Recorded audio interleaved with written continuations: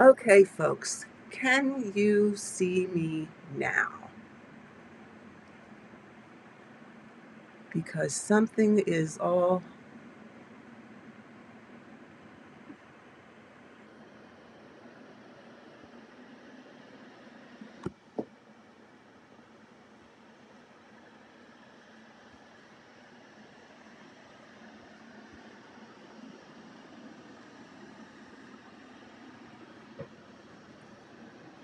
What the world is all messed up here?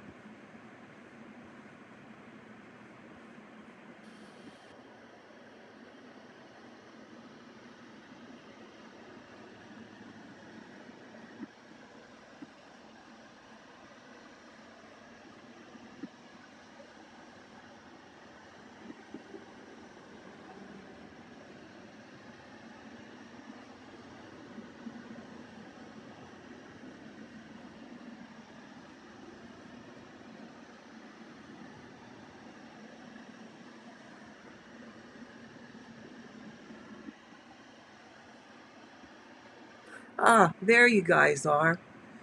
Holy smokes. If you can hear and see me now, could you give me a message? But now people are leaving. Oh my God, why is this so messed up?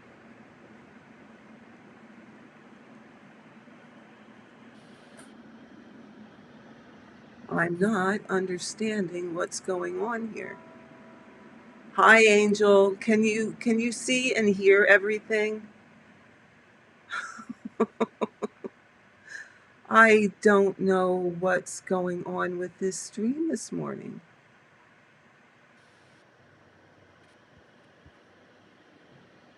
I Hi, Daphne. Ah, can you guys let me know that you can hear and see my recording? Hilda, hello and welcome. I think I was talking to I don't know what. Oh, thank God, Shannon. Thank you so much. I don't know what was the matter. I was actually live at 5 minutes to 10. At least my computer told me I was live at 5 minutes to 10. But obviously, you guys couldn't see me. What's with that? I don't understand. I don't understand. So, what I did is I actually turned that stream off and restarted. Oh, great. Oh, great. That's fabulous. Who knows? Technology. Who knows? Good morning, Ghislaine. I can never pronounce your name. Ghislaine. Oh, just forgive me for my mispronunciations. I'm such a doofus when it comes to that. Uh, uh. So anyway, what I'm going to work on this morning is I keep wanting to say Stitcher's Retreat because I stitched on that puppy for oh so long. Um, Everything kind of turns into that. But this is in the library, and this is the version by Charting Creations. So let me... Whew. Oh, I think it's hot in here today for some reason. I don't know about you guys, but this heat has been unbearable this summer. Um, my air conditioning has not stopped. Oh, Heather. Oh, my God. You work night shift. Oh, bless your heart. Oh, bless your heart. That's the one shift that would get to me. Oh, I would need several days to recover after I worked a night shift. Okay.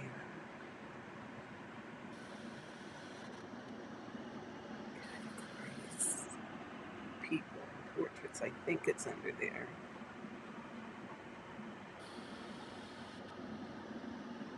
I wish there was an easier way to search this website.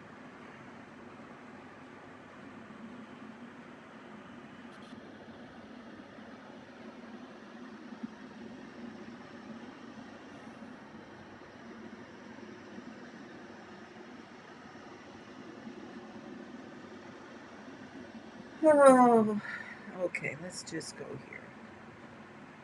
No, let's just go here because you have a picture of it. You do this.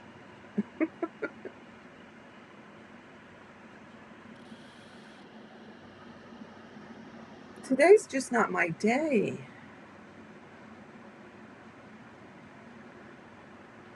And this was a last minute decision, which is why my notice was only posted last evening. Okay. It shouldn't be this far back.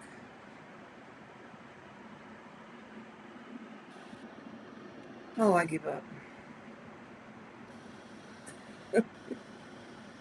No, I don't give up. I'll find it. You want to see what this one looks like. It's in the library. It's a girl in a beautiful long blue dress standing in front of a set of bookshelves. And it will go, there it is. It will go so well. There you go. With my, look at that gorgeous, gorgeous, gorgeous dress. Uh, so where I'm working is up in here. I'm just about, oh, well, I am over to this, oh, phooey, to this upright of the bookshelf. As soon, in fact, my diagonal has started that. Um, so when I finish here and go back up to the top,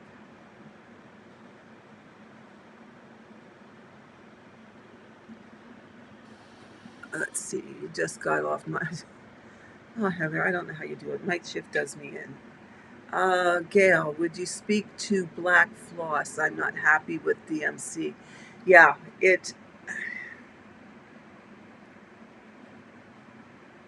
Black DMC does not cover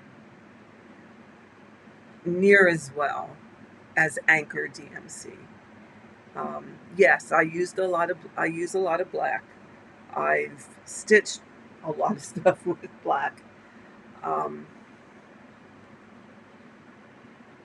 you can see now, where is it? In here, about here, is a section of black. But when I compare it to the rest, mine, for example, is really not much different than the other dark colors. Because I mean, this is 25 count.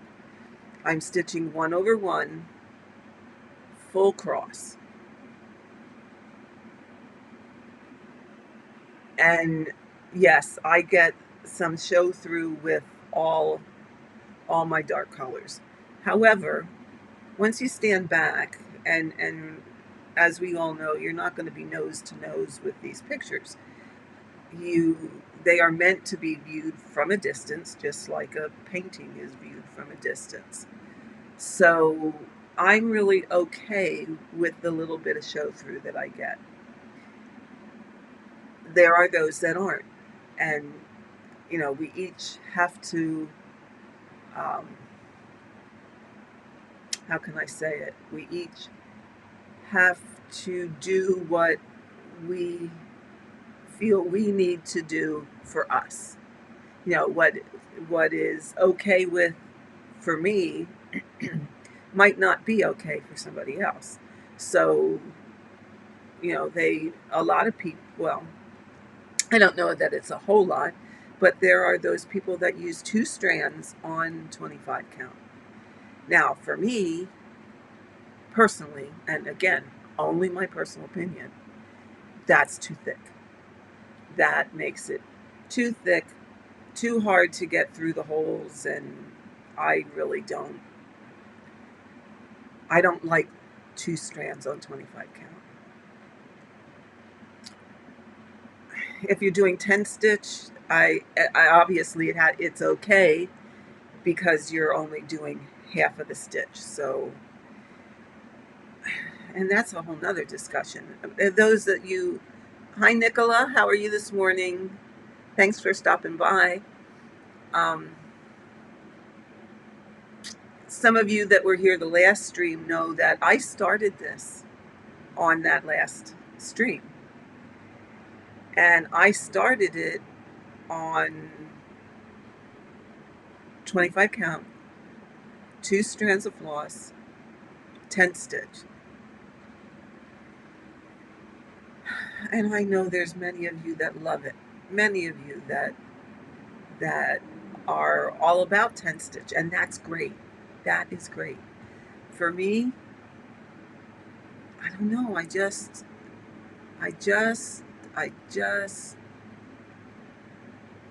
don't like it. I don't enjoy stitching it. I don't enjoy working with two strands. I hated that thickness on the back. Now, this gets thick on the back. I mean, this gets, well, let's flip it over and look.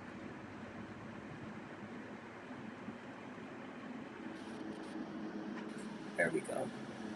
Whoops, I'm caught. Here we go. I mean, that's my back. Okay. And yes, there are thread carries. There's places like here I tried to carry it across. Here's my waist. But as you see, it's not overly padded. And even this, which is a little thicker than maybe the rest, really isn't that bad. It's going to be fine when I frame it. So,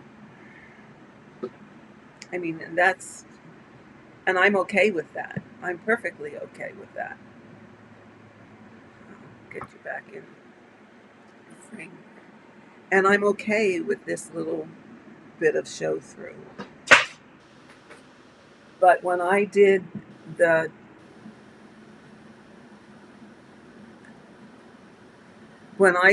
the 10 stitch, it was thick like a carpet, and it gave me the willies. I just don't like that. Um, so I went back to my trusty old standby of 25 count, 1/1, and that's just my happy place. Yvonne, oh my God, what happened? Yvonne, you know what? I really don't know what happened. I scheduled this for 10 o'clock. I went live, according to what I could see on my side. I went live at 5 minutes to 10 and played my loop video of the one that welcomes people and shows a bunch of my completed pieces, which you've probably seen before. And I'm sitting here talking, and I'm not seeing that anybody's out there listening. I'm thinking I'm talking to myself. And actually, I was talking to myself because I could see the chat coming up where people were saying hi. And then I could see, oh, maybe she forgot or got tied up or, changed her mind or whatever, and realized that whatever I was doing was not coming through. So I turned off that stream and restarted, and now everything seems to be okay. So God bless, I have no idea what it was. I don't know what I did. All I know is you guys couldn't see and hear me, and I couldn't see that you were there. But now I know that you are all there, and now I know that you can all see and hear me. So it's a good day.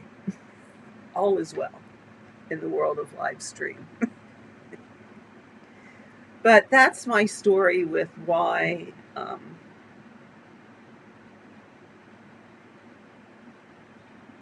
I stopped doing 10 stitch. I just,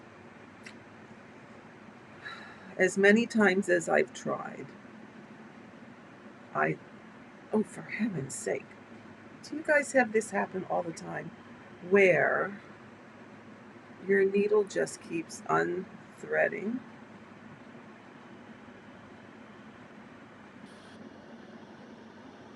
And then with ball tip, oh, these ball tip needles, the eye is smaller. And then I have the darndest time, as I'm struggling at the moment, I have the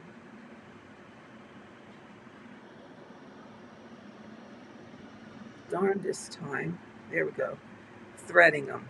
Oh, just another cross stitch. Hey Jennifer, how are you? Welcome. Glad you're stopping by. Um, yeah. Okay. Now we're finished this color, so I'm just gonna. I don't know how this is gonna work out for me either. I've never really, probably as most of you know, never really done this away thread kind of thing. But heck, we're gonna give it a shot. Just to see how it goes. So see, I had to thread that needle just for one more. I do like 28 count, and I use that sometimes. Um, 25 is more my comfort zone. Oh shoot.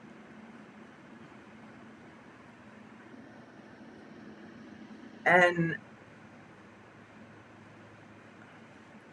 what I probably should do to give it a fair shot is try the 10 stitching on 28 count and see what happens there before I completely write it off as a lost cause, and that's not me. Um,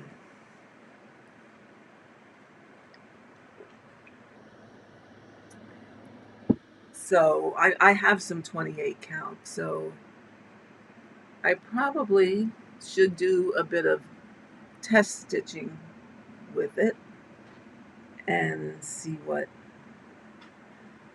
happens. Um, but the 28 count that I've done full cross on. I don't know. I think I just seem to always revert to that because that's what's comfortable for me, is to do a full cross. Here we go again. Thread this. I don't think I have a needle threader that's tiny enough to thread these small needles. Pardon me while I be frustrated with threading a needle. Because my needle threading trick doesn't work on these. I don't know why. I don't know why. I think it's just out to get me. So as I was saying before, I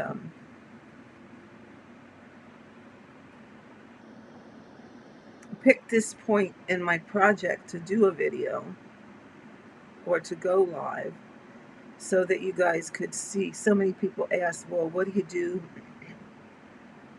when you get to the bottom? See, and even this gets a little. So that's why I wanted to stitch this bottom part so I could actually show you, because there are several options when you get to the bottom. And the other reason I wanted to try this, oh, you're welcome, Heather. Did that work for you? For stitching two-handed? Did that work better? Heather was having trouble, as I recollect, with her two-handed stitching. Um, and correct me if I'm wrong, Heather, but I think you had your dominant hand on the top and your non-dominant hand underneath. And absolutely, there are people that can do it that way, and they're perfectly fine. And that is really the way they prefer. I try that upon occasion. Let's see. However, I haven't. I'm going to try it now, see if I. But my non dominant hand has a hard time finding the correct. Oh, see, and I want to do this. I want to do the up and the down thing. Um, my non dominant hand doesn't quite know what to do without some supervision, whereas my dominant hand does. So it works better for me. Um,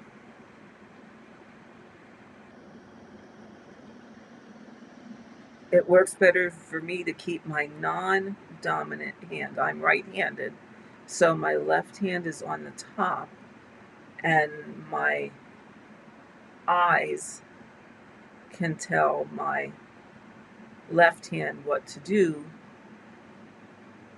because my right hand already knows. So it's just easier, or I find it to be easier. Now there are people that pardon me while I adjust my back again. Okay.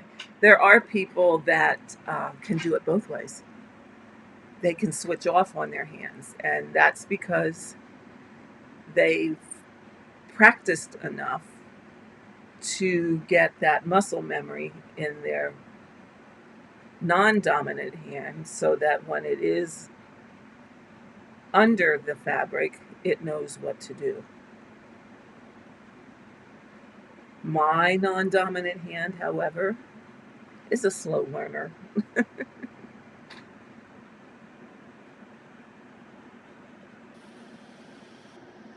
Oh, really? And I'm sorry, is it Algino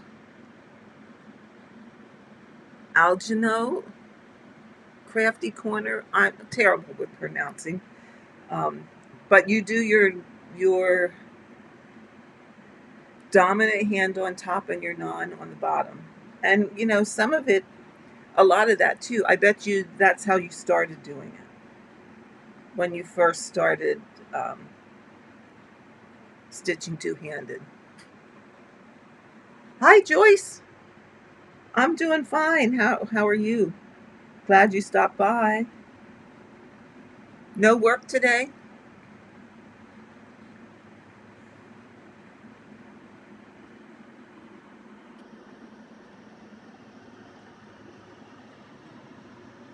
Okay.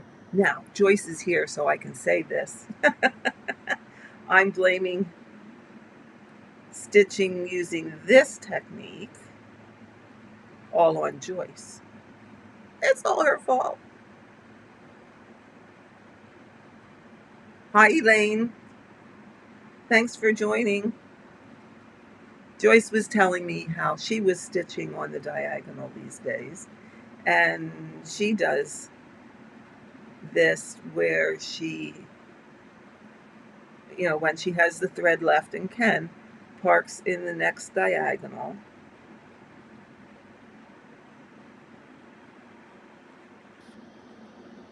And then when she gets to that diagonal, she works all the parked threads first and then goes back and fills in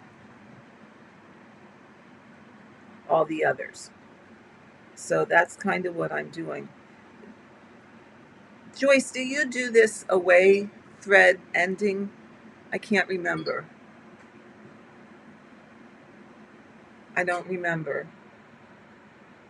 But you know what I was thinking?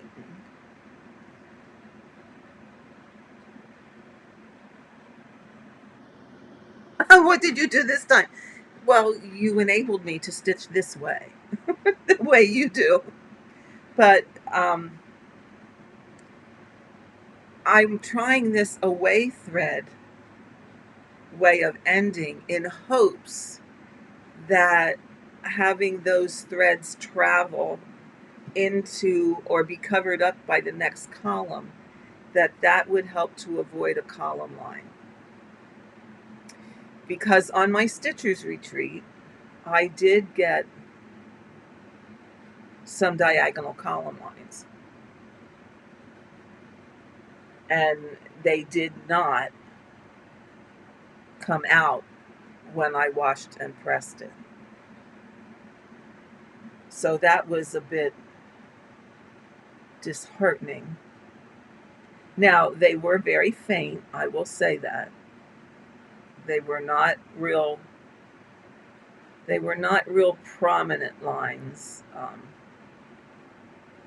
like some I've seen. Oh, for crying out loud, where's the hole?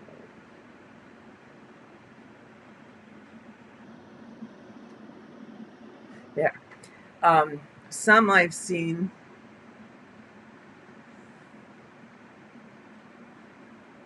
have really, really bad either column or diagonal lines.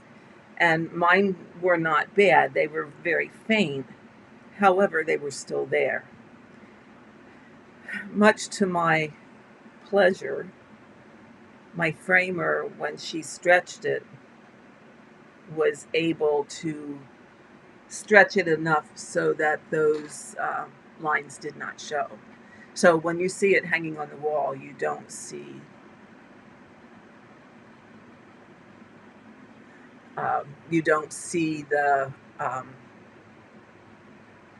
the lines anymore. So that was good that she was able to pull them out. Okay, Joyce, you end them, you don't, yeah. I know, the loose ends kind of make me a little bit nutsy cuckoo, but it is what it is.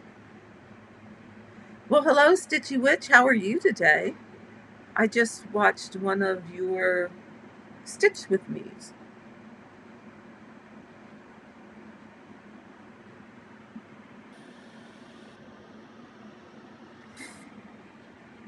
Yeah,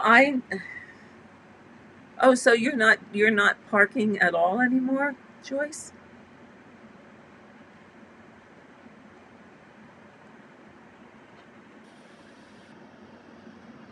I know. It's I those there's a lot to be said for parking. There really, really is. And it's a great method. And it's a method that works absolutely wonderful. Um, but you got to be fully prepared to have all those ends, all that hanging stuff. And as much as I hate to say that, also, it makes me a little bit crazy. I started out as a cross country stitcher. I stitched cross country for, well, until I started doing heaven and earth designs, to be honest with you. Um, and it is a great way to deal with all the the ninja stitches, or those isolated stitches that make us, have to hunt for them. But my preferred way is to stitch cross country and pick, you know, take a section.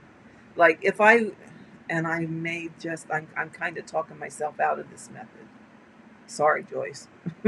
But I'm kind of talking myself out of this. Um,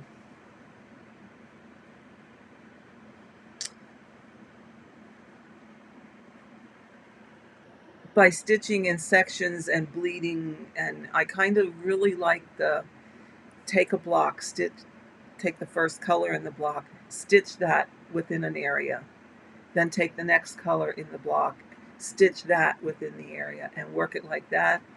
Um, I don't, I use the thread up. So I will follow that color until I've used that string of thread.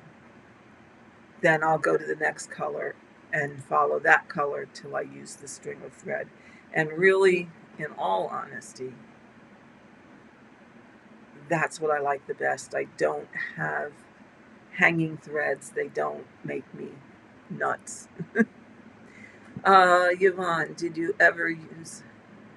I ever use a laying tool? Yes, I did at one point in time. Um, However, for many, many years, my preference has been to only stitch with one strand. So stitching with one strand, I don't really need a laying tool. So I haven't used one in many, many, many, many years. Way back in the oh, people laugh at me when I say this, but way back in the cave days, way back when I was much, much younger, I used a laying tool and I stitched with two threads.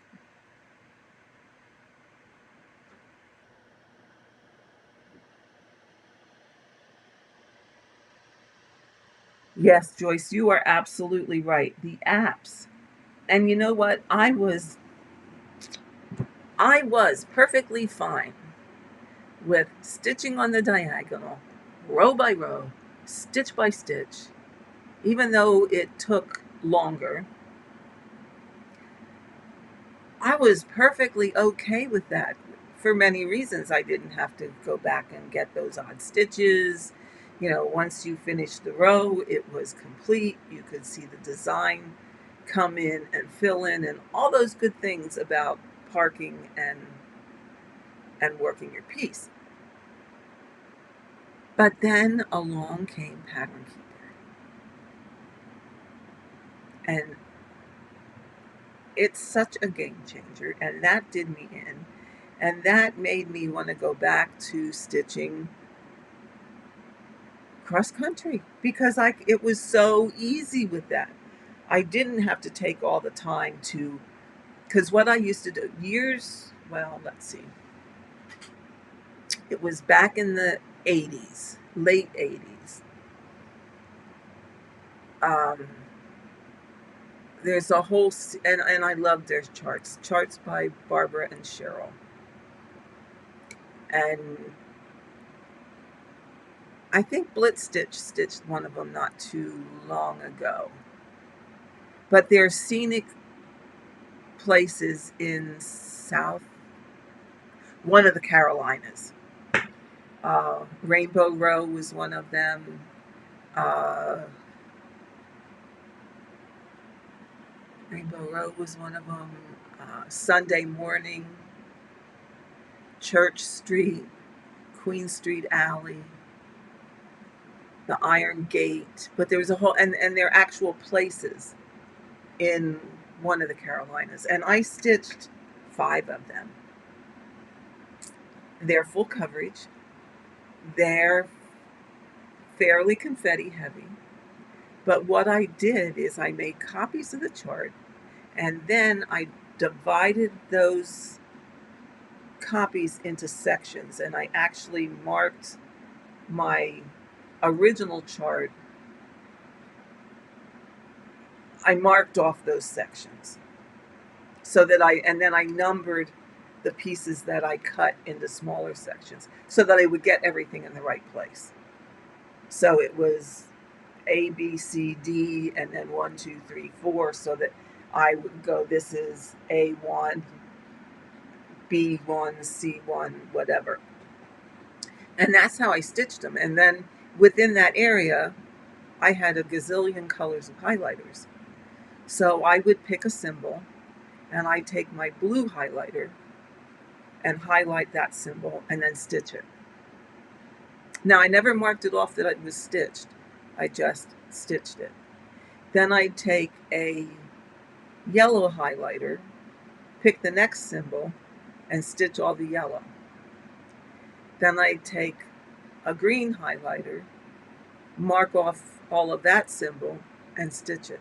So that it got to the point where I really didn't have to highlight anymore because the symbols would start to stand out what was left, and I could just go through and stitch them. And that's how I did all 5 of those. So it was really a small section, doing cross country within that section, and I loved it. And like I said, I did five pieces that way. And I just, if I saw that the color that was highlighted in yellow was going to continue down maybe into another small section, I would pull that small section, lay it against each other, and then stitch into the next section. And I never had any lines or anything like that. It worked very well. And Pattern Keeper makes that even a whole lot easier because you can define your section. You can say I'm going to go 30 wide by 30 height and fill that in. You can see what blends into the next 30 by 30 area, and you're good. And I honestly, that's my preferred way to stitch.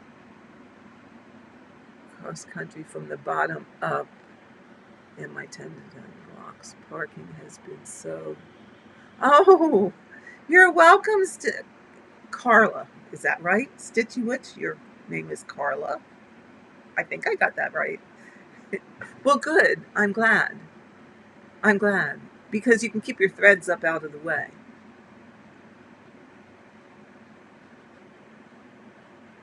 So you are quite welcome. If that, if I can help people do... Hi, Teresa. Good morning. How are you? If I can help people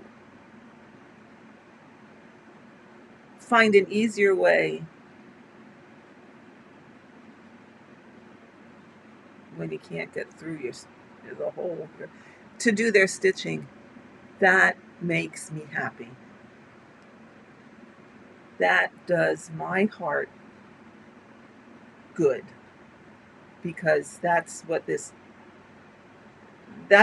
channel should be all about, or what I want it to be all about, is what can I do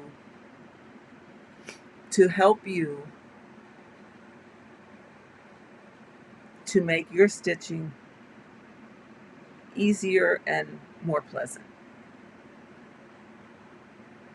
And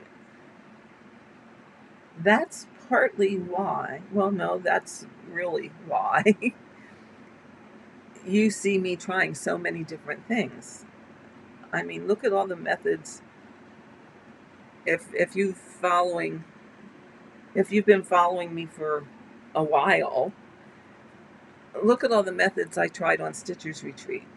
Man, that poor chart has every technique known to man on it. And that's okay, because you can't tell it from the front. There's no way. Can you see it on the back? Sure you can. Absolutely you can.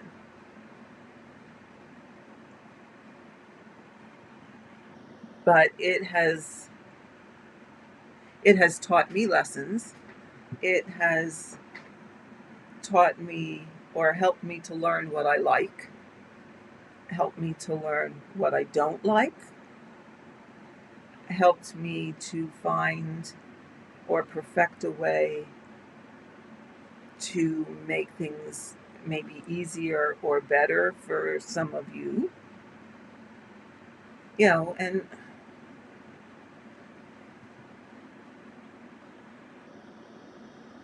I've said this before. In fact, I say it all the time. It's how you stitch has to be you. It's what makes you happy. It's not what makes everybody else happy. It's what makes you happy. What makes you want to find you have to experiment and find that way that makes you the happiest, that you're the most comfortable with, that makes the process enjoyable. That's we can talk about all different ways, and I will, and I have altered my way of stitching. I don't know how many times, but lots of times, in order to say review or show you how to do a certain way or a certain method. And I don't mind. I rather enjoy doing that. Now, do I slip back into doing what I want to do for me and what's comfortable for me? Sure, I do. Who wouldn't? Who wouldn't? But if what I do here helps you, that's what we're all about. And you know what? This is such a fabulous community. This I have found so many friends, and I consider all of you my friends. And sometimes I sit here and think, how in the world did I get so many subscribers? How did that happen? I just sit here and share what I know, babble on about what I know. I'm not I am not an expert. I am not a professional. I learned what I learned basically on my own. I am self-taught. I am not. Oh, Heather, you're too cute. I have an arsenal of great ideas. Well, I've been stitching for 50 years, so yeah, a few ideas might have come and gone. Yvonne helped you on the pin stitch on even weave. Oh, yeah. I have several ways doing one. Number one, I asked on Facebook groups. Nothing for even weave. Oh, well, see, there's a prime example. There's a prime example. I try and keep up with most of the Facebook groups, and I try and make note of what people are asking so that I can kind of gear my video to how I deal with that. Uh, because I think you're right. I think people don't always get the answer that they need. And I don't want to be judgmental. I really don't. And I don't mean it that way, because everybody, like I said, everybody has found their own way. Everybody needs to stitch so that, how can I say it? So that your finished piece meets not my standard of stitching, not the person down the street standard of stitching, not all the members of a Facebook group standard of stitching, but does it meet your standard of stitching? And if you are happy with it, then that's good. If what you produced makes you happy, that's all that matters. You don't have to make everybody else happy. There is not cross-stitch police out there. And we all know, when you ask, no matter who it is, when you ask a question on many of these groups, sometimes, and pretty much a lot of times, you get well, you have to do it this way. This is the only way. This is the correct way. This is the right way. And I'm going to sit here and dispute that and say, there's no correct way. There's no right way. There is only your way. And the way that makes you happy. That's all that matters. All that matters. If your back of your work looks like a string art and you are happy with that, far be it from anybody to judge you. If your back is perfect and that is your standard, far be it from anybody to judge you. If yours is like mine, it's not the worst.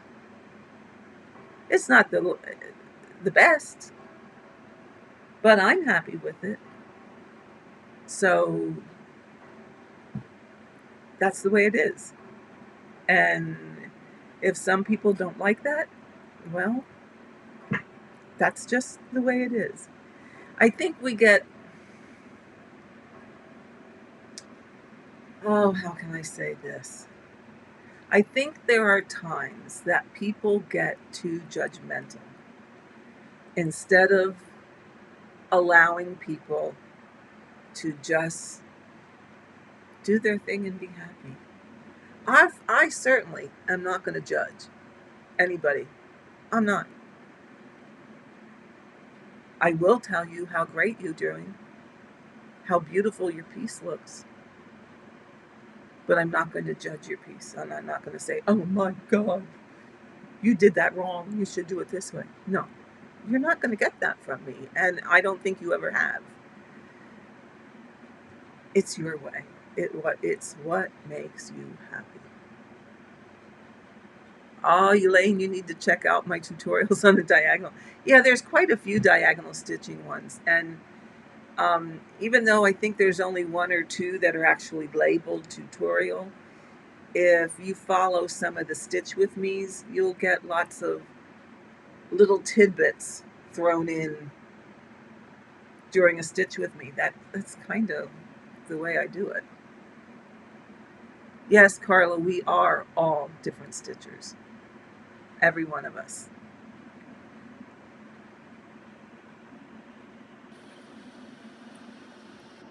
All the videos on pin stitch is on Ada, not even weave.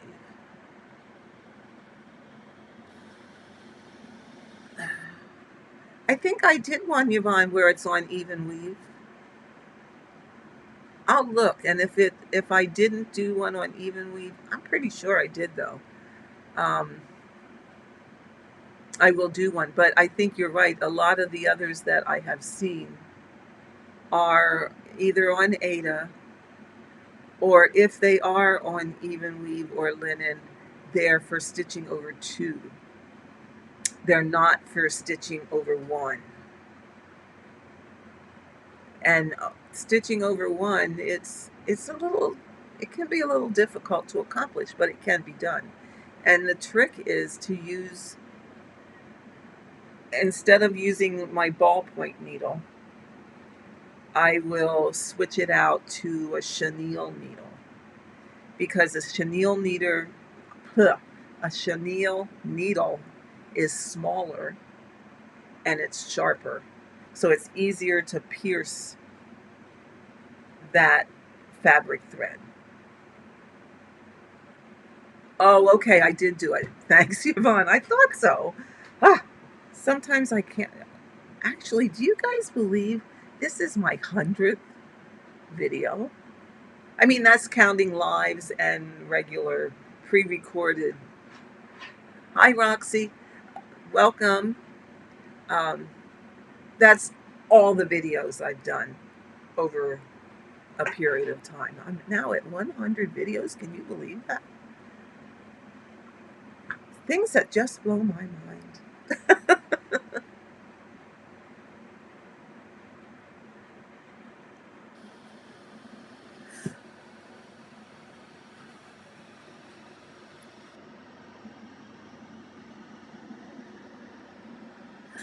Oh, Carla, this is just an away thread, what I'm doing here. So when I finish, like when I finish this blue, I'm just gonna bring it over. I'm gonna do the last part of the X, which I think I have used all of this color. And I'm just gonna bring it over here to this line of stitches because I try to go at least 10 away from this line of stitches. And I'm just going to bring it up,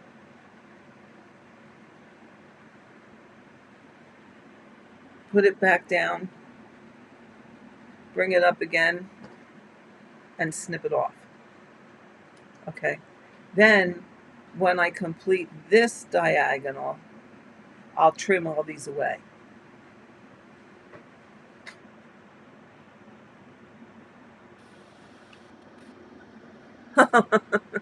Yeah, I can't believe I did 100 videos already. Blows my mind. And what did I look this morning? What did I look? I had I had 11,200 and some subscribers. So you guys are fantastic and wonderful. And I love each and every one of you for subscribing to this channel. Yes, Carla, it also works when you're doing columns. So if you're doing columns and you're stitching, okay, you're stitching in this column, you skip this column, and you do the same thing in the third column. So that, especially if your last stitch is here, say the last stitch in this column, you want to lay it under this column and come up in this one to do this tacking down thing. If my last stitch is way over here in the beginning, I won't necessarily run it all the way over to the third. I might only take it to this column because I'm going to be stitching over it in the column I'm working. So you kind of have to use your judgment. Yeah, you can.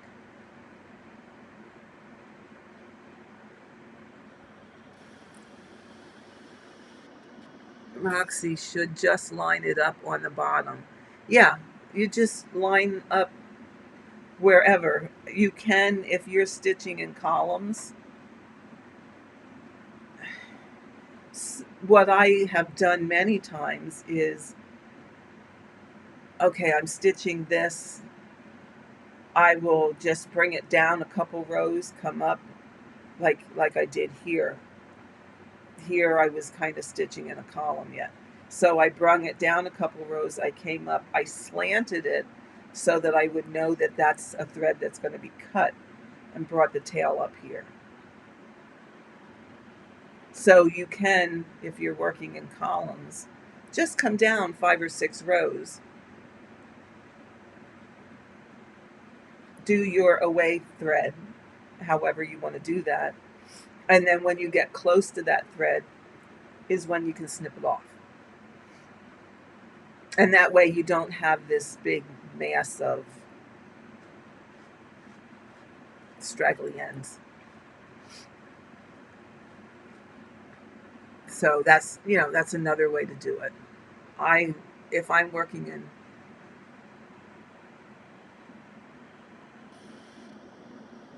No, it really doesn't get too crazy. I like Joyce, I think am going to probably do away with parking threads. I much prefer I much prefer not parking.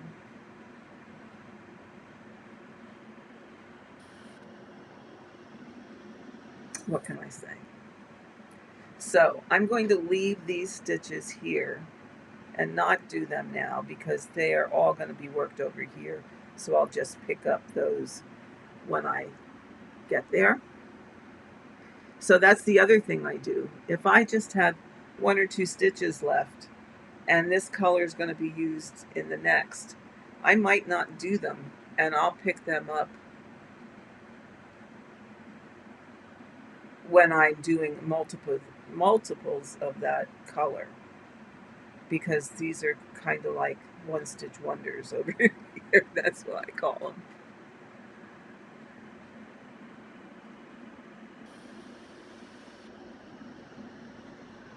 Roxy, you love parking. Didn't at first, got scared of it, but pushed through to get the hang of it. Yeah, it does take a little bit to get the hang of it, doesn't it? You gotta you gotta trust yourself when you're parking. Trust yourself. Trust yourself that you counted correctly and park that thread at the next place that it's going to be used. And trust that when you get to that thread, it is the right color. Where Pattern Keeper is great for that, in the fact that you can mark your park threads. So when you get there and it shows a park thread in Pattern Keeper and that thread isn't there, it's a red flag should go up and say, hmm, did I miscount? Let me check the threads around it. Maybe I'm off by a stitch. And that's often the case if I've miscounted. Good morning, Serena. Is it Serena? Serena Stitches? It's your first time here, so welcome. I am so glad that you found us and that you're joining us. That's wonderful. If I'm not going to park my threads, what's the alternative? The alternative is to work cross country, to work by color. Um, what I'm going to work in these threads that I have, let me move this a little bit, that I have wrapped on here. Those are all park threads that I'm going to work in. Um, but then the alternative is to work by color and follow that. What I'm going to do is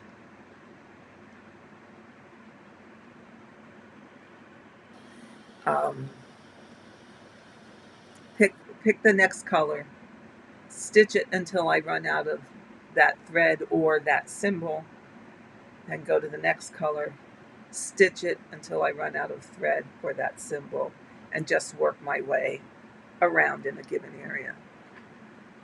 So you're welcome, Serena. I'm glad that helps. Pattern Keeper don't work for you, Roxy? You're old school and you use pencil and paper? I use Pattern Keeper on everything. Everything that will go into Pattern Keeper, I use Pattern Keeper for.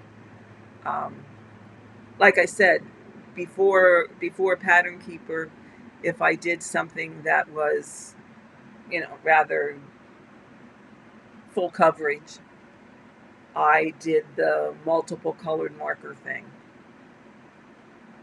and where I used,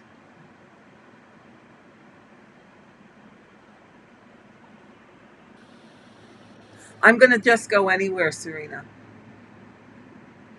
I'm going to follow that color wherever it takes me. Like here, this shelf in this bookshelf, it's just this strip. So I would follow this color, whatever color, continue across until I ran out of thread or the symbol ended. Take the next color, follow it across till I ran out of thread or the symbol ended. The same way with, hold on, let me get this out of the way. And this is my alternative to those little easy bobbin things. What I did is, since I have well, I have a ton of floss cards here. So I just glued a magnet on one and have a magnet and stick it, wrap my threads around it, and then stick it so it stays out of the way. That's how I do that. So for those that need to know or want to know, when I get to the bottom of the diagonal, I will either, you have two options. If you're parking, you can still park your thread down further in the diagonal so that when you get to that, you can keep going, or you can end it off, whichever you prefer. Then I go back up here.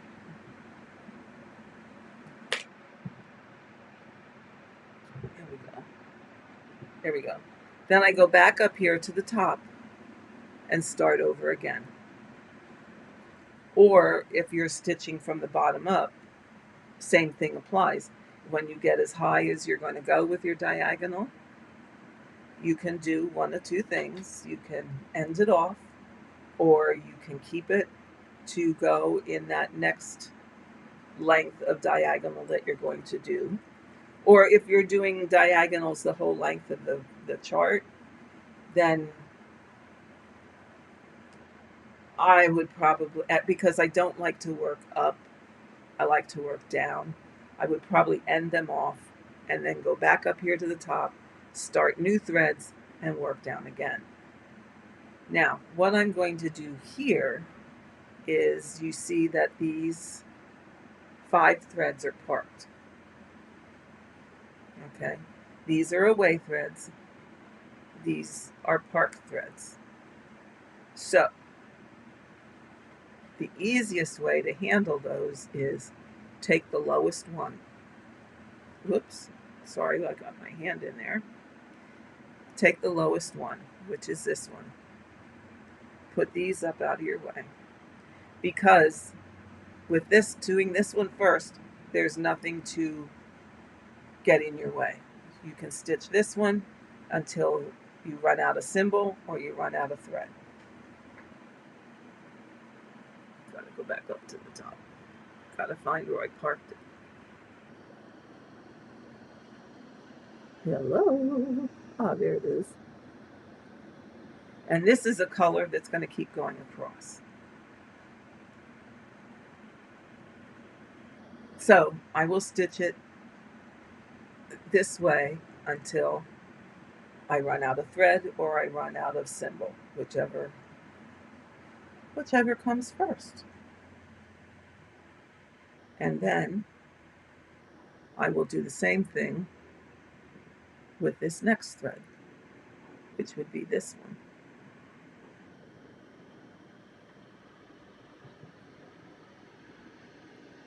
So it's all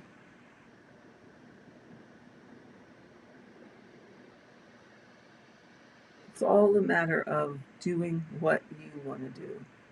Now, here again, you will notice I can stitch two-handed.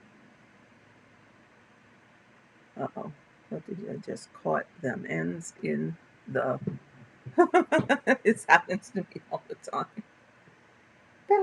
Back. Caught the ends in the thread. Oh, I'm such a doofus sometimes. Here we go. So make sure they're up out of the way and not going to get caught in your when you're stitching.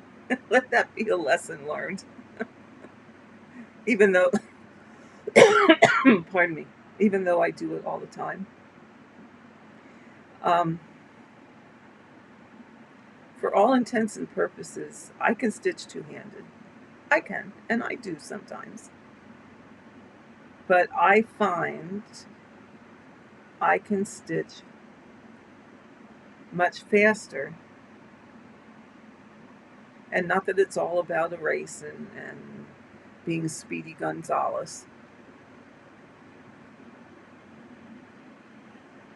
Yvonne, yes, I did, but I can show you another one.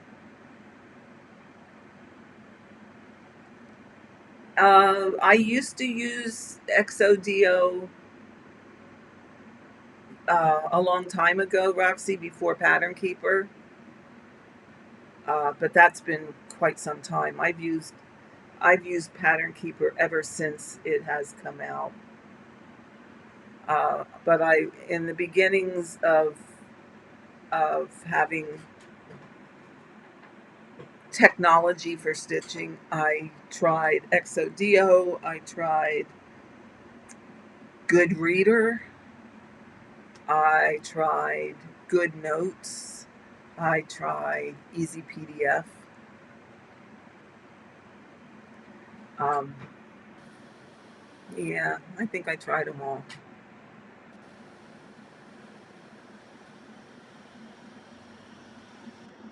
Rhonda, correct. That's not really diagonal stitching. It's cross-country stitching.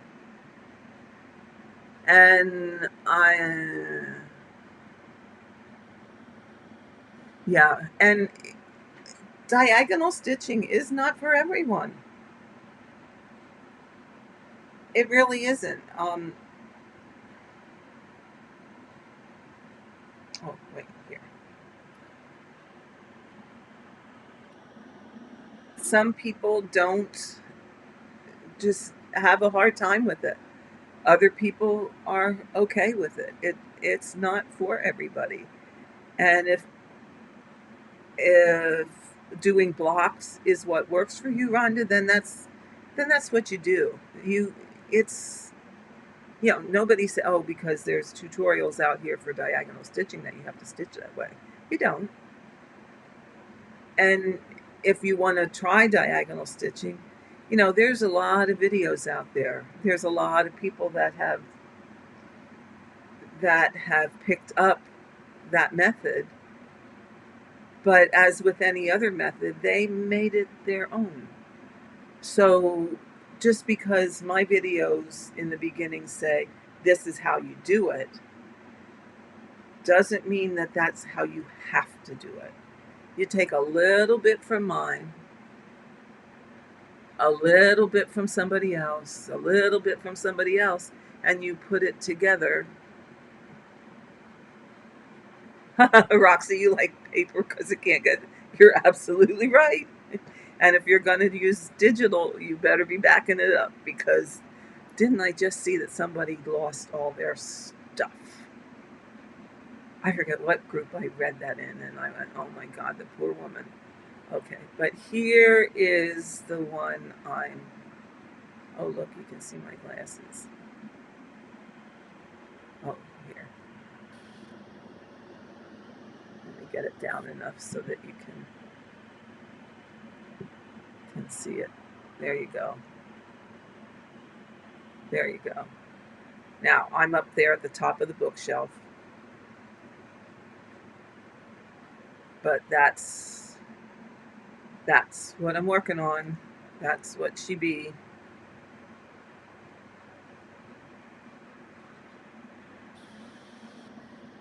You're doing diagonal and 10 by 10 squares. Yeah. And yeah, if that works, go for it.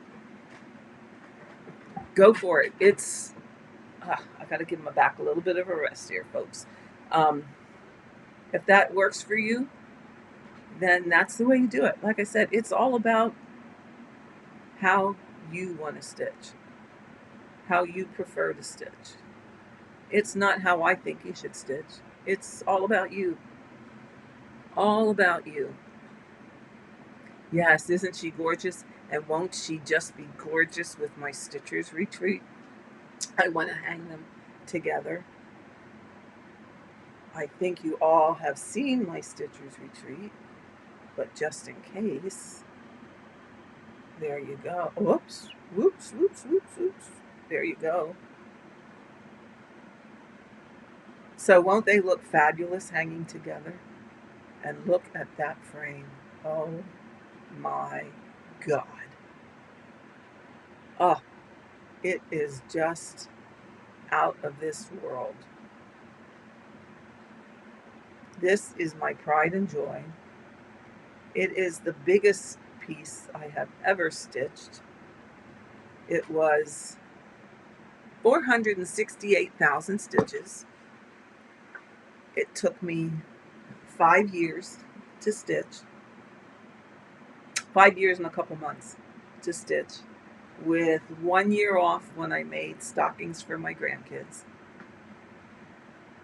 So really, in reality, it took me 4 years and a couple months to stitch, because it was put away for an entire year.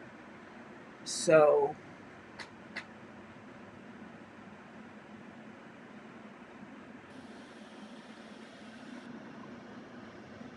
yeah. Oh well, Roxy, that's great. What kind of stand did your husband get you? Joyce, you called it diagonal-ish. That's cool.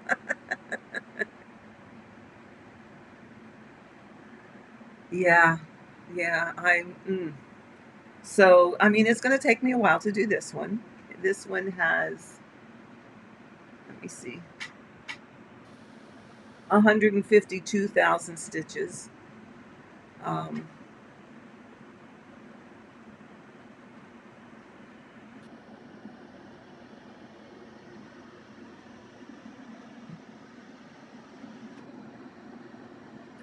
150,000 stitches. So, if I stitched on it diligently every day, I can probably finish it in a year and a half if I do a fair amount of stitching every day. Because, let me think, it was the last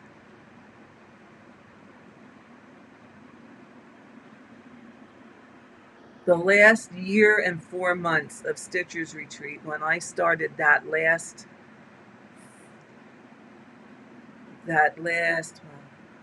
16 months of stitching.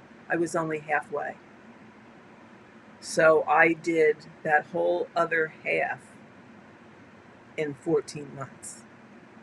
And that whole other half was the size of this piece. So if I got really diligent, I could, for all intents and purposes, finish this in, say, a year and a half. So I'm going to try. We'll see. We'll see what happens. Yeah, Serena, the sewing part intimidated me too. It was a little scary. Heather, go to bed. You were up all night.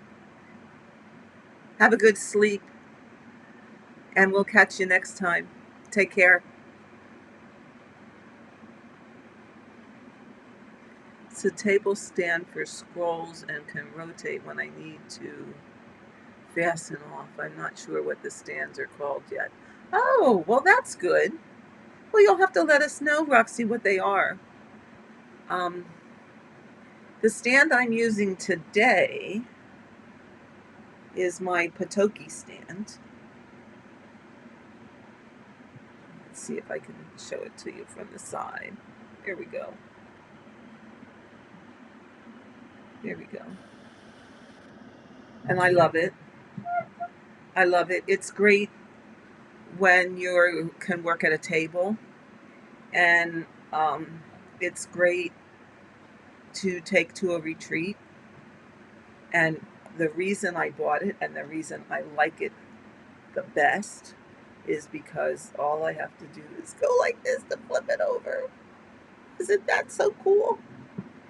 Where most of my stands, like my nerd stand, I have to flip it up. Okay, so this has to go this way to get to the back, and then you can't get it real. It's awkward. It's awkward. Where this, it's so nice. It just flips right over. You can fasten off if you're doing that. Um, and just flip it back around. In fact, oh, and my husband didn't have a fit about it. In fact, I ordered the Patoki floor stand. Let me show you which one I'm getting. See if I have a picture of it here somewhere. I don't think I deleted it. Please tell me I didn't delete it. And I ordered it back in March, and I think I just deleted it recently. Ooh. I ordered it back in March, and I'm still waiting for my invoice. I talked to them. Oh, I must have deleted the picture, but I can find one. Um, I talked to them a couple weeks ago, and mine, for example, is now in production. So hopefully it won't be too long anymore. I'm hoping to have it by the end of the year, but we'll see what happens. Here we go.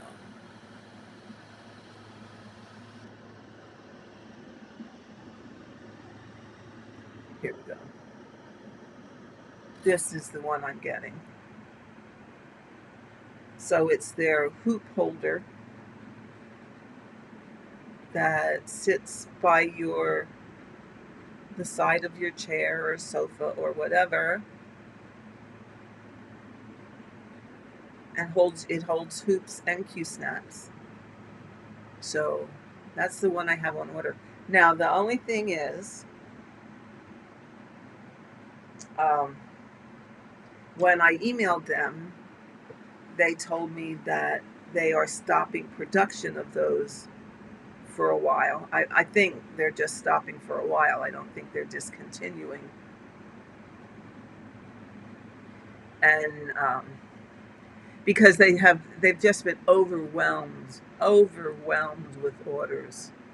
So they are honoring the orders that they have now, which thank God mine was in there. Oh, I'm so glad, because I'm so looking forward to getting it.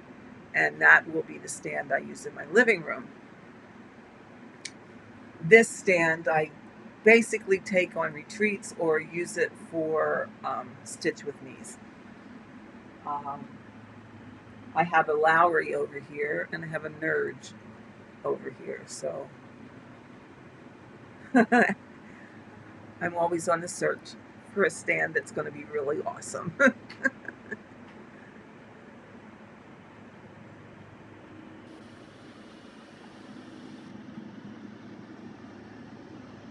Okay. No, Serena, I had an Elan and I did get rid of that. I didn't like holding that on my lap. It just was not comfortable for me. If you were always going to use it at a table, that would have been fine, but I don't always stitch at a table. I stitch in a recliner chair 90% of the time. Unless I'm at a retreat, then I stitch at a table. Roxy, you're still learning what works for you. You've only been stitching for a year. Well, good for you. I'm glad you're stitching.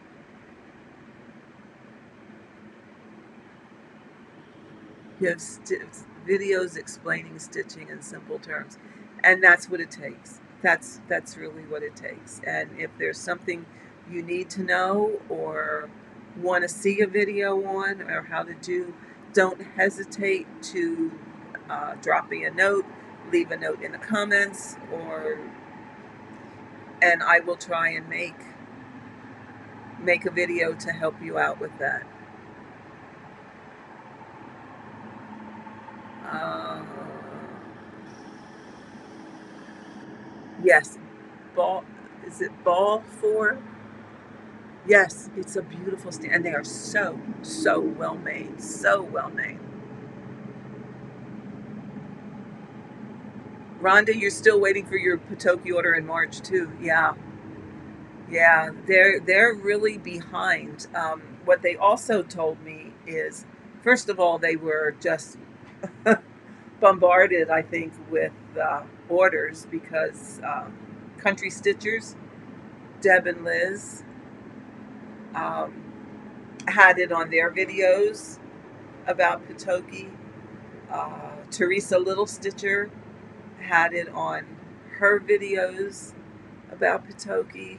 So I know I've had it on my videos about Patoki. So they probably, and I'm sure there's more people out there who have it. Um, so yeah, they just got overwhelmed with orders. And then what happened, of course, along came COVID, and they had to reduce the number of staff that were allowed in the building at any given time. Plus, they were moving their factory, so they really got behind. So it's, just bear with them. They do honor their orders. They are very good about responding to your email to let you know where they're at with the order. So I would just say, hang in there. That's what I'm doing. Hang in there. Um, let's see. Angel, what I did to stop my Lowry from wobbling, and it still wobbles even though I did that, I got a 10-pound weight and put it on the base.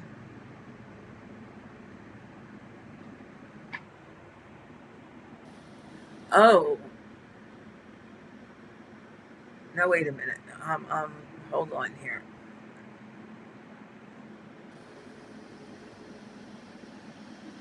How to stop it from wobbling when I'm stitching.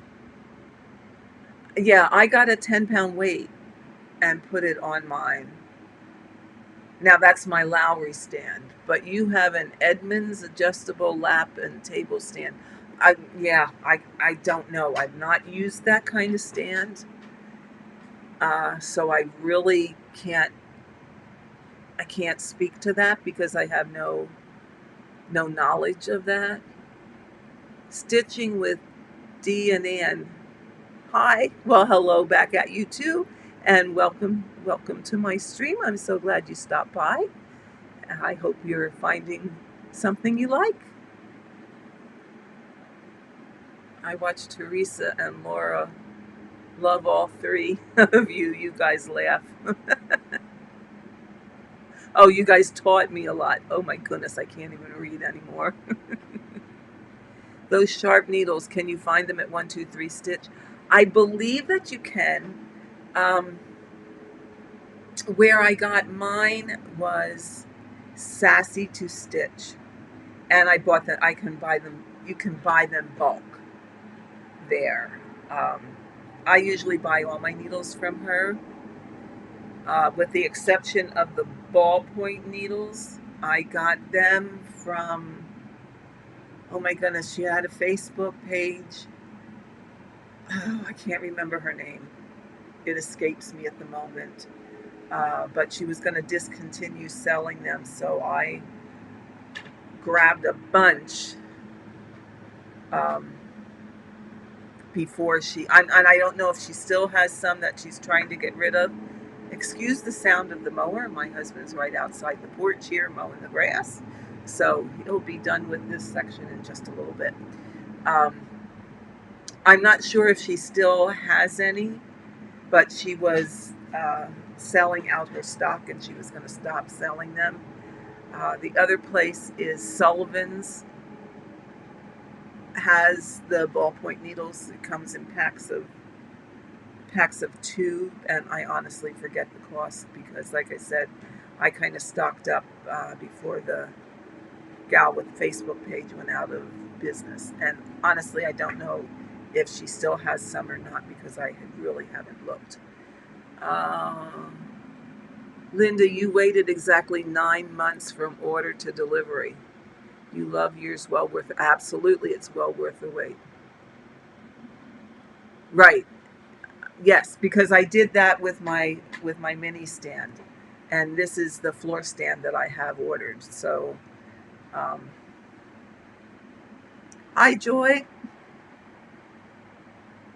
Polka Dot Stitcher. You're absolutely right. That's who it was. And like I said, I don't know if she's still around and still has needles left. Uh, I think she. I think I bought. I think I bought a total of 20. I think. Anyway, I have enough to last me a good long time because, yes, Rhonda, you can get ball tip at 123 Stitch. They're made by Sullivan's. These were bulk. I could buy them bulk from Polka Dot Stitchery. Um, and I believe that they're the same thing. And the other reason I really, really like them is because when I use a John James or even a Bohin, I have to change out the needle quite frequently because I wear the finish off because of the acids in my hand, and then they start to drag when you go through the fabric. I can feel it drag.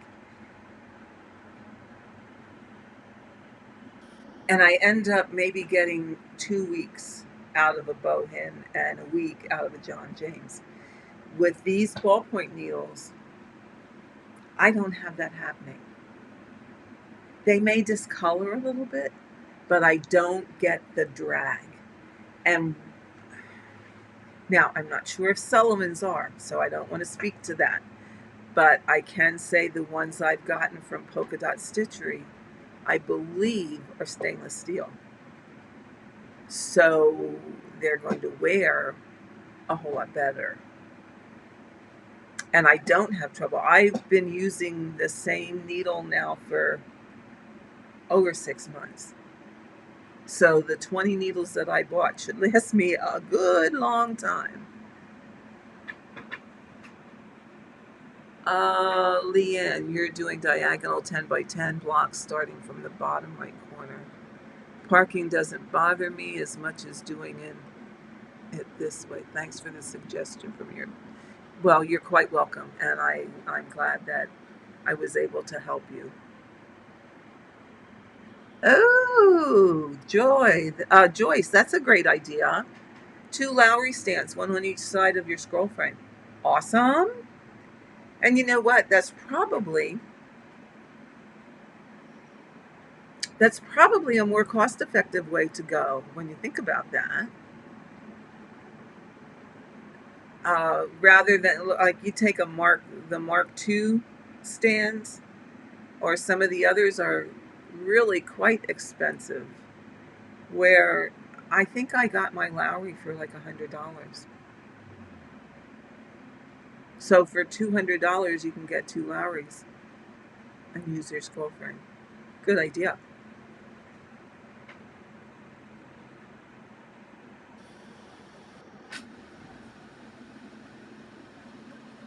Rhonda, you use the ball tip and Pat Carson's. Yes, Pat Carson's last a bit longer for me also. Um, the ball tip are the best. But now the ball tip has its disadvantages also. So to speak to that a little bit, um, the ball tip,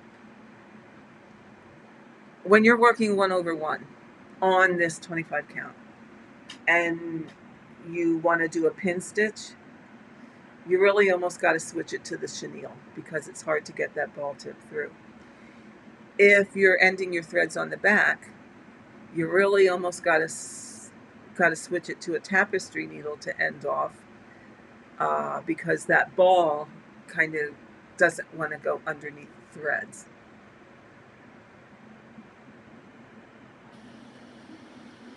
So, those are some disadvantages to it that people don't like. Oh, is it Irene Stitches? Welcome. I'm glad you stopped by. Doesn't matter if you're late. I'll be here a little while yet. The Lowry stands that I got here, Roxy, I got it off of Amazon, and it was around It was in the $100 range, give or take. Yvonne, I always use a chalk pencil. I use the Bohin chalk pencil when I grid, and yes, now I didn't yet on this, but a lot of times I will use the green chalk and make these lines darker, because as you get to working in an area, it gets hard to see these gray lines.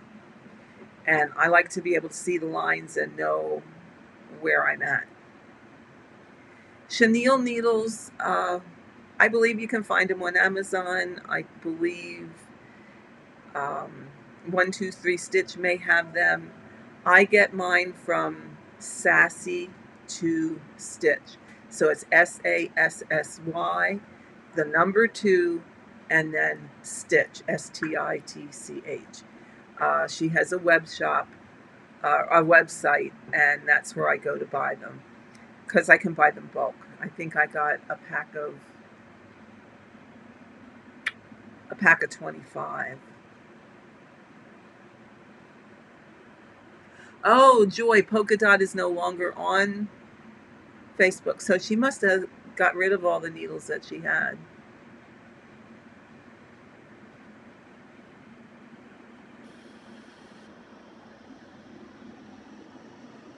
I'm setting up my stitching now, and that's not well, good for you, Roxy. Yeah, that was a shame.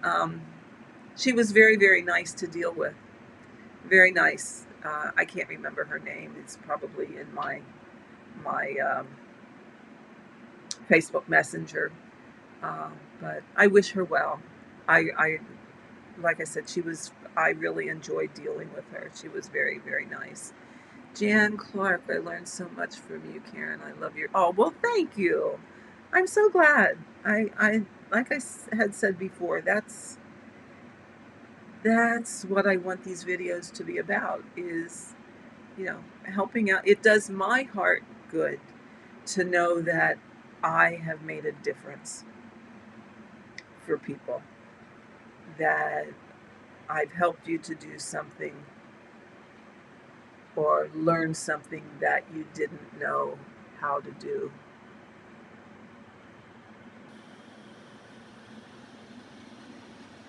Elaine, you're going to do away threads? Your back looks matted.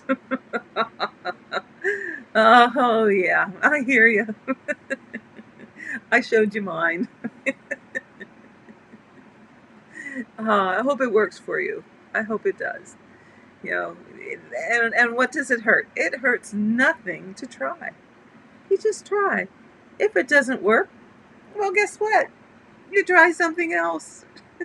The front of your work is not going to show what you did on the back. My front, you all thought, well, I shouldn't say you all, but most of you followed my Stitcher's Retreat journey. And most of you know I probably tried about everything known to man on that.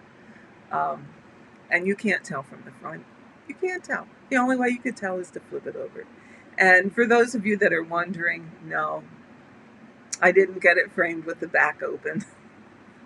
Crossed my mind many, many a time to do that, but I just, I didn't. I had them close it up. It was, I should have had it done, but it's okay.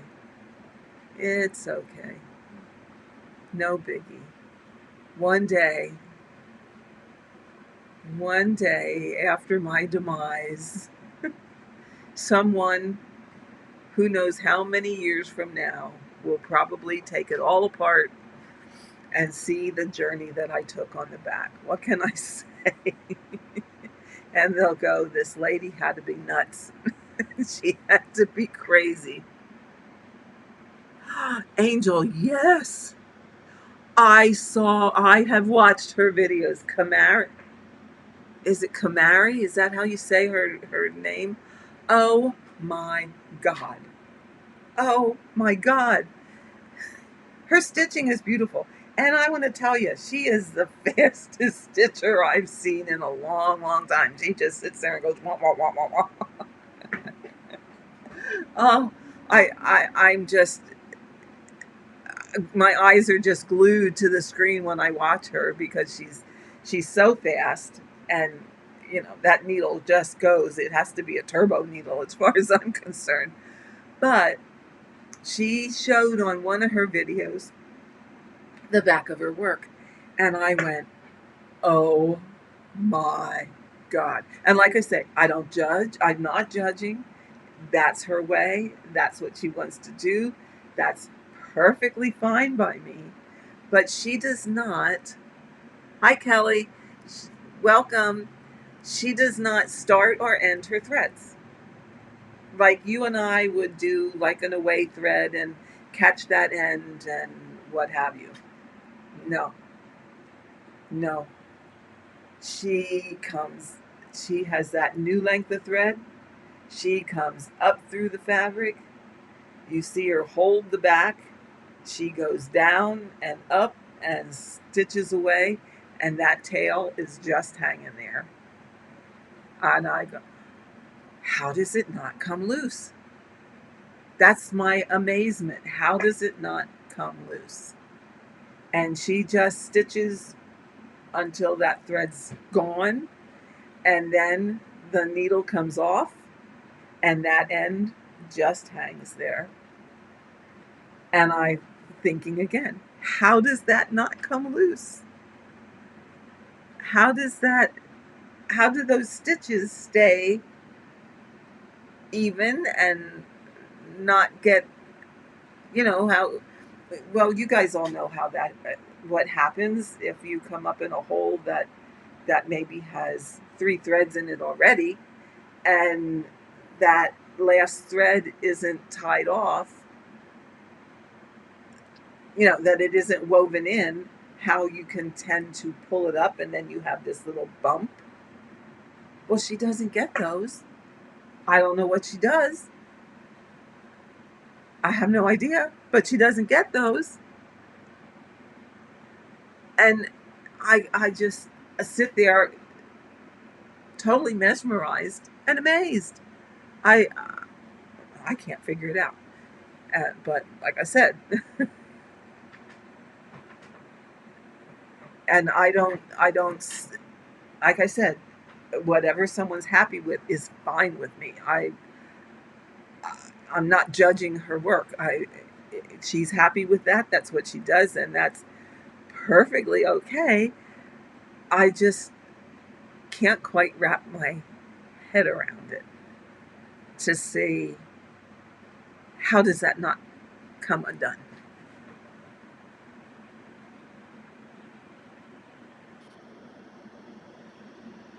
Yes, you go in like a trance. You just sit there and go,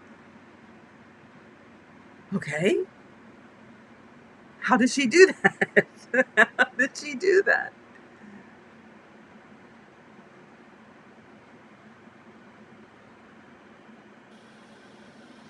Oh, Joyce. Well, enjoy your dinner.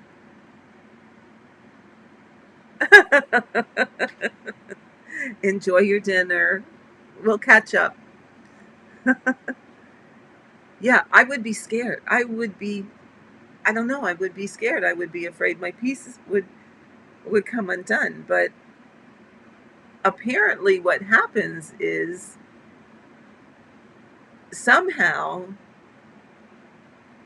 she catches those ends somehow in her stitching. Like I said, I'm just mesmerized by it. I just sit there and I don't get any stitching done if I turn her on, because I'm just sitting there going, wow.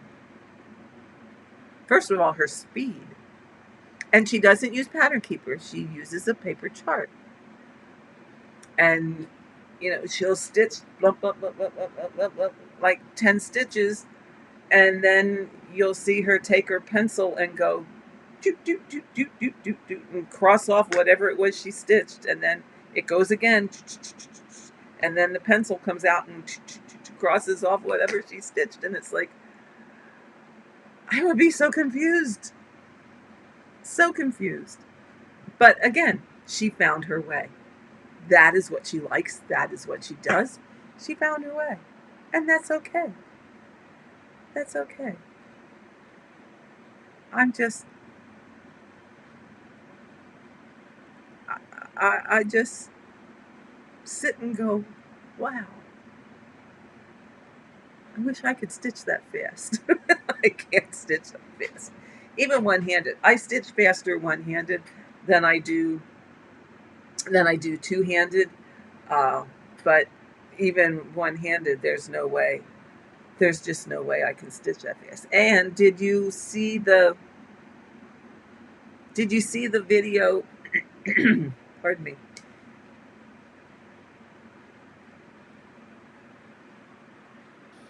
Um, did you see the video where she had a lot of her completed pieces lined up? Oh my God. The number of heaven and earth designs that woman has stitched is amazing. Oh, Sierra, we're talking about, I think you say it, Kamari. If you haven't watched her videos, watch them. Oh my God, they're amazing. Uh, They're just amazing. I, like I said, I'm just mesmerized. Mesmerized. I don't know how she does it. I don't know how she can go that fast. I mean, it's just, she comes up through the fabric, she holds this and goes, and it goes down, and then she, see, I can't even do it that fast two-handed, let alone one-handed. My hands just don't work that fast. She must be a lot younger. That's all I can say.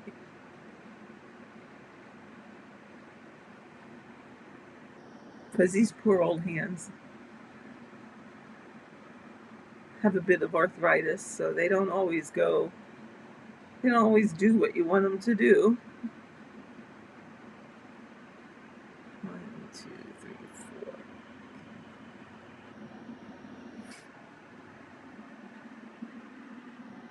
So, yeah. So if anybody hasn't watched her,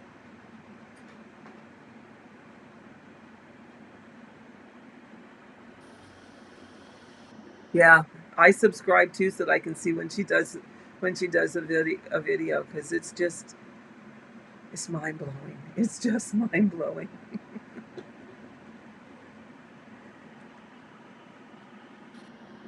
Yeah.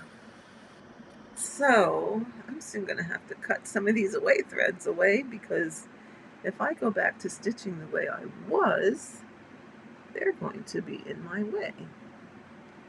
So I might, maybe I'll have to try that technique of letting them hang loose on the back. No, I can't do that. That's not, no, my standard won't allow me to do that. Oh my.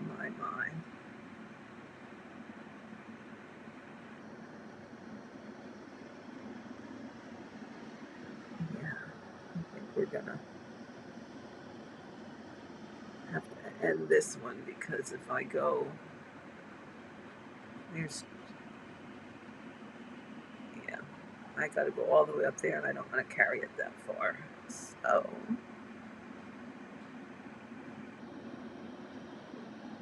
I should switch my needle, but sometimes, you guys, you can pierce the thread with a ballpoint if you find a wider space in that thread. And you know what? I don't always do full a full pin stitch. I kind of started just doing a bit of a tacking stitch because I know I'm going to be stitching over it. But that's just me. Oh, Roxy, you have stitching videos too? Oh, I'm going to have to go find your channel when I'm done here and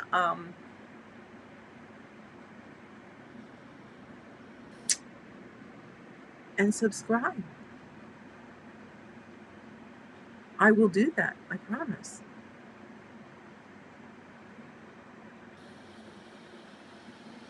You saw my quilt. Oh, Leanne, isn't it awesome? Oh my God. That's another one of my pride and joys. Um, I had those samplers. I ran out of wall space, in all honesty. I have, well, let's see. There's about 40 samplers hanging in my living room. There's 2, 3, 4, 8 hanging over here. And I just ran out of space. And I have all of those were laying in a drawer. And I was like, oh gosh, what am I going to do with these? What am I going to do with them? And I thought, make them into a quilt. Well, I didn't quite know how to do that because I'm not a quilter. My mother was a quilter, but she passed away, oh my goodness, 20 some years ago.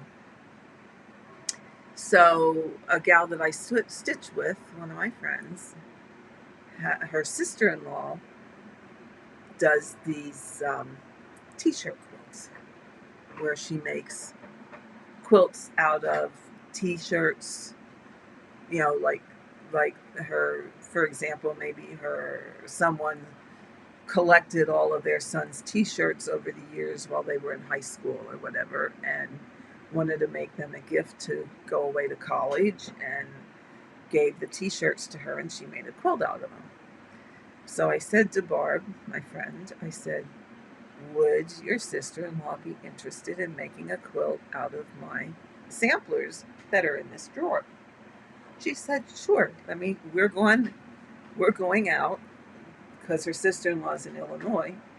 She said, sure, we're going out to Illinois, so I'll take them along. I said, awesome, great, wonderful. Tell her to do whatever she wants with them. She can pick the colors or whatever and arrange them however she thinks it's best. So Barb took them out to Illinois with her and gave them to Debbie. And it wasn't too long afterwards that Barb's husband went out alone for some reason. I don't remember why, but he was out there and Barb was at home. And he said, he sent us a picture that says, oh, Karen's quilt's done. But what he sent was the back side of the quilt. He didn't send the front. He sent the back side. So it's like, oh, yeah, that's a real teaser. So finally we conned him into sending a picture of the front side. And it was like, oh, my God, I love it. She did an awesome, awesome job. So I took that to the retreat with Country Stitchers here 2 weeks ago. It was 2 or 3 weeks ago, and used it for show and tell, and told this same story that's how it came to be. And you know, it also is one of my favorite pieces. In fact, I said to my daughter, I said, there's only two pieces that when I'm not here anymore, I truly want you to keep. And that's Stitcher's Retreat, because I spent so much time on that. And everybody that comes into my house thinks it's a painting until I tell them oh no, it's actually a cross stitch piece. And the quilt. And I said, I don't, you know, those are two pieces that I would love to have passed down in the family, to remain in the family when I'm not here. Um, I said, I don't care which one of the kids takes it, uh, but one of the kids needs to have it at some point in time. When they're old enough or get married or whatever, it needs to go to one of them, um, so that it can continue to be passed on. That would make me very happy, even though I probably won't know if she really does that or not, because I won't be here, but that's my hope. I had done birth samplers for each of the kids also, um, that I hope will stay in the family and get passed on with each of their respective families. I did one for Abe, and it's really more of a genealogy type sampler as opposed to actual his birth. And I did Emmy's. Her name is Imogen, but we call her Emmy. I did hers the same way. It has their full names and their birthdays and their parents' names and birthdays and wedding date. And then it has all the same information for all four grandparents and their wedding dates. So that's all on each of their samplers. The only thing different with Emmy's sampler is that it has her name, it has Adam and Jen's name, birthdays, and marriage, and then it has, and brother Abram is also on Emmy. So again, it's a family history of the immediate family right now. I mean, I would have ran out of room to put great grandparents on. So that's not on, but it's each of the kids, their parents, and the grandparents, and all the information about the grandparents, as in birthdays and marriage dates and all of that. So it's something that I hope they will treasure, and I hope they will continue to keep and hang in their houses at some point in time. So that will also make me very happy. Very, very happy. So we shall see. We shall see. So let's see. I'll probably only stay. Let's see, 1:45. Wowzers, 1:45. How'd it get so? We've been on here almost 2 hours already. So I'll probably stay another till 1 o'clock, and then I probably need to go have some lunch because I didn't do that. Well, good morning, Jean.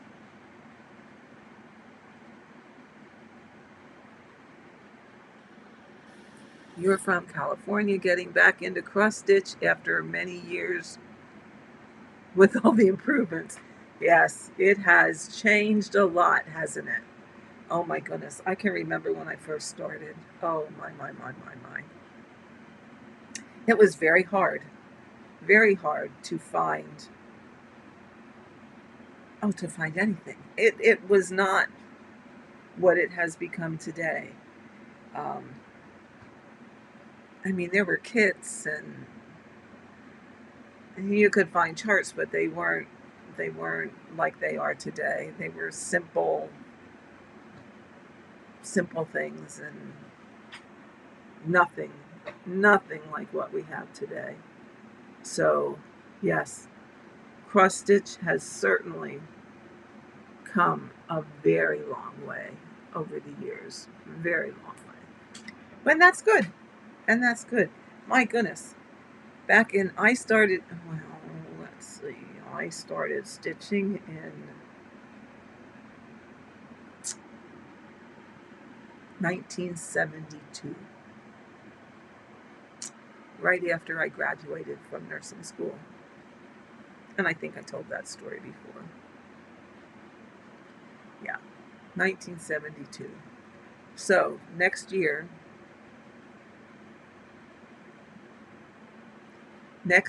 it will be 50 years that I'm stitching. It's come a long way. Come a very, very, very long way. But isn't it fabulous that it has? Because I think if things would not have progressed the way they did, I don't know that we'll have, I don't know that we would have the popularity that we have today. Now, I also think that COVID, people being housebound because of the virus and we're looking for things to do, um, has brought a resurgence. Oh, for crying out loud, why can't I thread needles today? Has brought a resurgence of cross stitch for many people. Um, okay, just be a floss licker, which I'm not normally. Um, people are stuck at home for so long, and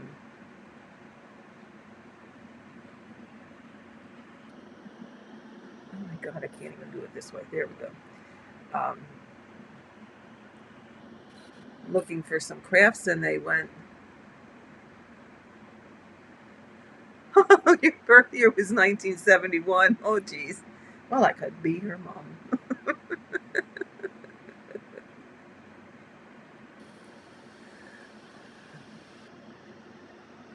Yeah. Okay, let's see. How do you design samplers? It's a very good idea for my kids. Well, what I did is I took an already designed sampler. Let me show you. An already designed sampler and adapted it. Here it is. Okay.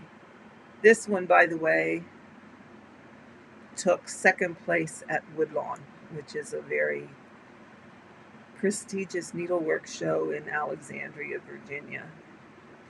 So this, let me see here. Let me take you up a little bit so that you can see the whole thing better. Okay, this is my grandson's. And this particular one was a design by um, Historic Stickmeister. Uh, you find them on Instagram now. Um, it's Ute Shear and Dorothea. I can't remember her last name. Okay, so this was the sampler that they had on their website. And in this section here, they had crowns and alphabets and whatever. So I deleted all of that and then I put, all the information about the kids and grandparents and parents in there. So I charted that out. So really, but I didn't design this one. Okay, because I really just adapted an existing sampler to meet my needs, which you can do.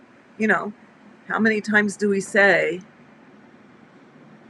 make it your own? Make it your own. So that's what I did for that one. This one is my granddaughter's sampler. Now, these were by the scarlet letter, and this outside border, all these flowers around the outside, and this framework in the middle were from the tablet sampler by Scarlet Letter. And then I took this house and farm scene from another sampler by the Scarlet Letter, and I want to say it was Catherine Metcalf, but I'm not 100% sure anymore. But I took a portion of that sampler and stuck it there underneath all her information. And you can see how I did the information. It's Imogen Glenn Risser and her birth date, and then her parents and her brother and her grandparents. And then I put this lighter color that you can see. Oh, now it's not focusing. But that says stitched by Karen Bug, and then the year I stitched it, and Myerstown, Pennsylvania. So really, I didn't design it, but I adapted it from existing samplers and put them together and made them my own.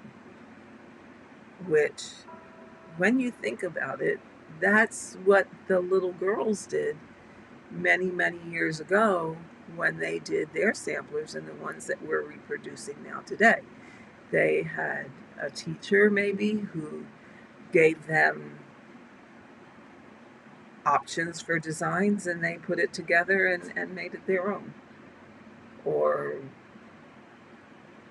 they had some kind of patterns, and they put them together and made it their own. Oh, Rhonda. Oh, yeah, I'm in my golden years too. Don't feel so bad. Trouble is, there's too much I would like to stitch. So the golden years gotta last a while longer. Yeah. So, just because a sampler or anything is charted one way, even a reproduction sampler, what I started doing, and I'll have to give you some close-ups of the ones in my quilt. What I started doing is not putting the original stitcher's name on it and replacing it with my own, because I probably changed some colors along the way or altered something in one way or another. And if you think about it,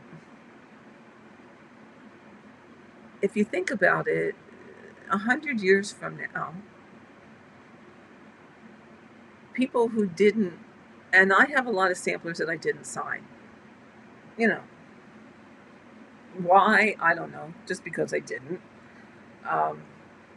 So take a reproduction sampler that, say Hannah Lancaster, for example, which is a reproduction sampler, and you stitch the name Hannah Lancaster on it.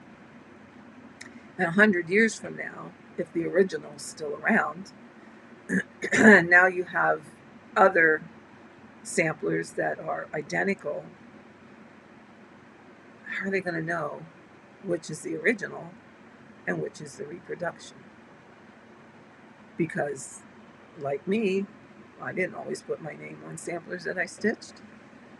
Now, hopefully, there's people knowledgeable enough that can say, well, look at this fabric that wasn't around in 18 whatever or 17 whatever when the original was stitched. Look at the threads. They weren't necessarily around at that time, and that they can date it by the products that were used. You know, that's one option. But it is best, I think, to sign your things, and I have started doing that more and more, um,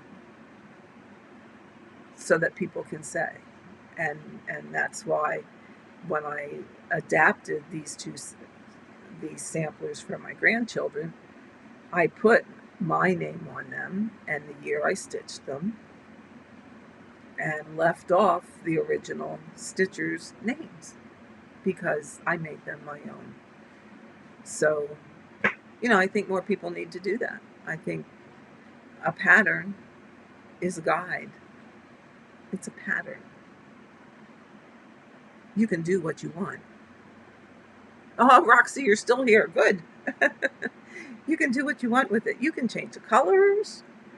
You can um, change the design. In fact, let me grab it because it's right here.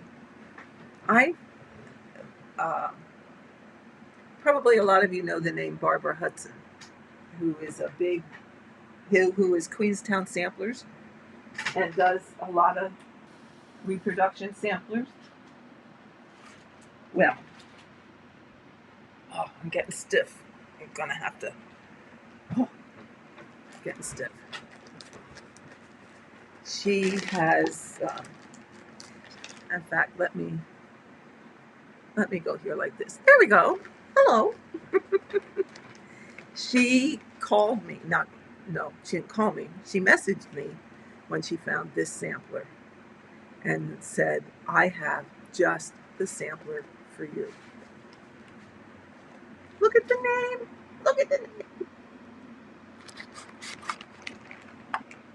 Now it's a little bit shiny. Yeah, there we go. It is the only sampler I ever seen that has my last name on it. It's even spelled the same. Okay. So when she told me that, I said, well, of course, you know, I have to have that sampler. However, let's see if I can get it here again. See these, oops, oops, oops, these butterflies here? I don't particularly like those. So when I stitch this, I'm not going to put those on. I'm going to put something else on in their place. Or maybe I'll just let it blank. And I may change a couple of the other motifs that are in this. But what I'm going to do when I am going to put her name, age 9, and the date. However, I am also going to put my name and the date. I don't know if I'm going to put my age. To tell you the truth, I don't know if I'm gonna. I might, but I don't know for sure if I'm gonna. But I would do it that way. I would put her name and my name to show that it was a person with the same name that stitched it. Unfortunately, Barbara tried to research it to find out, you know, where this person was from.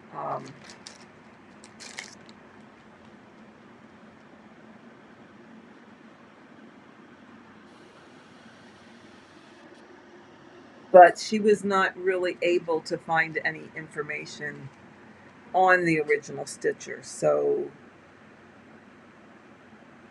I'm not sure. Just that it's an English sampler.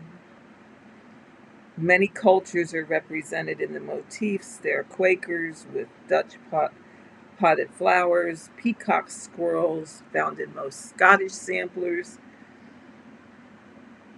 So it's, you know, it's hard to tell. And she couldn't find any like family history. So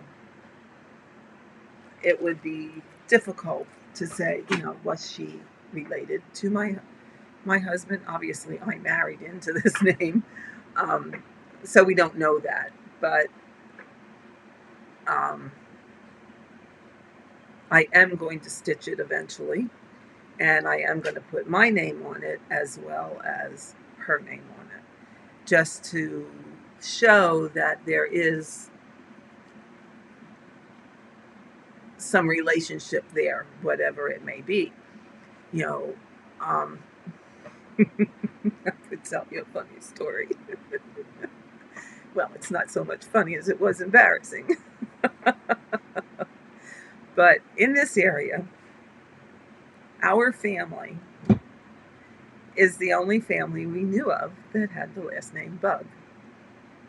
And it's spelled with two G's, just like the sampler, Bugg. And I was still working at the time.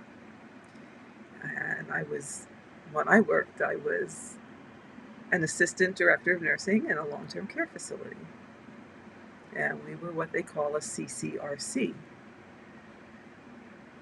Hi, Tori. Haven't seen you for a while. Glad you're stopping by. Um, a CCRC is a continuing care retirement community.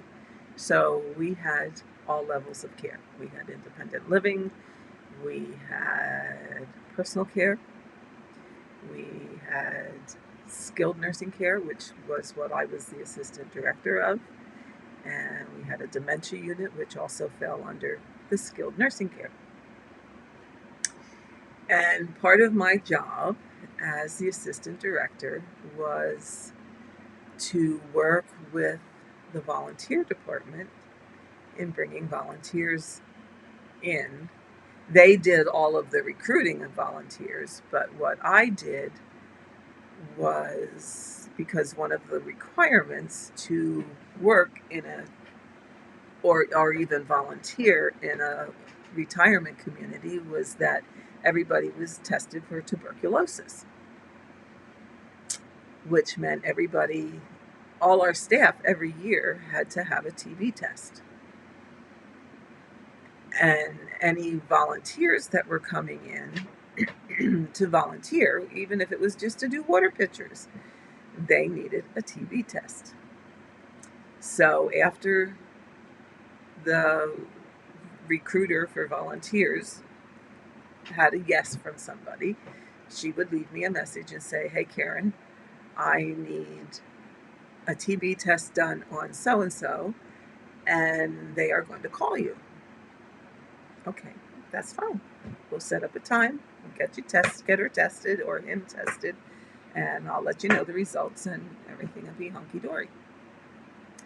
Well, I got a phone call shortly after that from a little gal who gave me her name, and her last name was Bug. Oh, well, how interesting is that? That's my last name. So we set up the time for her TB test, and I said to her, "Well, can I ask you a question?" And she said, "Well, sure." And I said, "Your last name is Bug, the same as mine. What's your daddy's name?" And she said, "Well, my daddy's name is Ricky." And I went, "Well, how a coincidence is that?" I said, "My husband has a cousin whose name is Ricky. I wonder if your daddy is my husband's cousin." She said, "Well, I don't know, but we can ask. We'll ask him." And with that, the phone call ended, and and I went about my merry way. And the day came for her TB test, and I had told her I would meet her in the lobby of the facility, and I would give her test, which is just a subcutaneous injection in their forearm, and you make a little bubble with the the medication, and she comes back in 3 days and has it read to see if it left any kind of a mark or not. And I'm sitting there waiting and waiting and waiting, and nobody's quite showing up yet.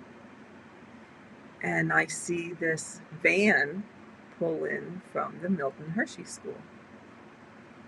Now, that's in Hershey, Pennsylvania, and the facility I worked at was just outside of Hershey. And this van from the Milton Hershey School pulls up, and I go, that's interesting. Wonder what that's all about. Maybe they're coming to visit somebody. No, you don't think too much about it. And they walk in, this man and this little gal walk in the front door, and he says to the and I didn't go up to them because I didn't know if they were here for the TB test or not.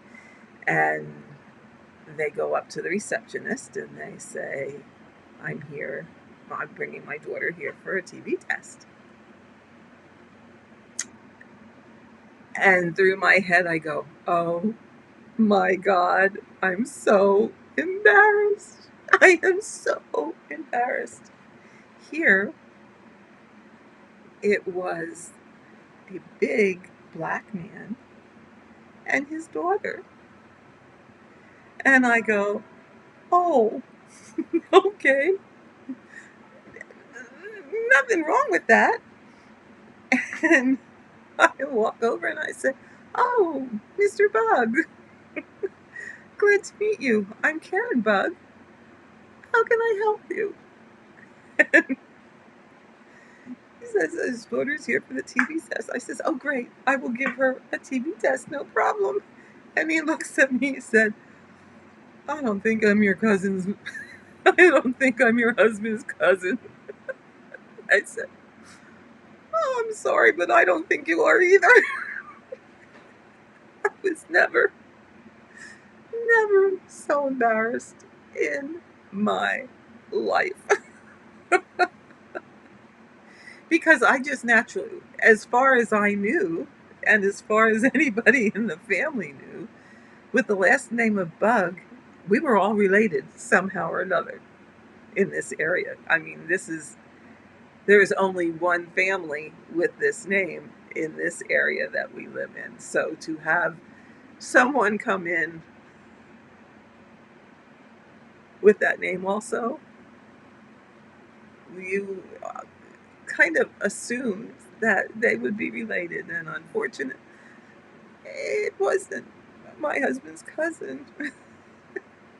So we talked a little bit, and my husband's family was originally from Virginia, and his father's parents passed away when his father and his brothers were very young.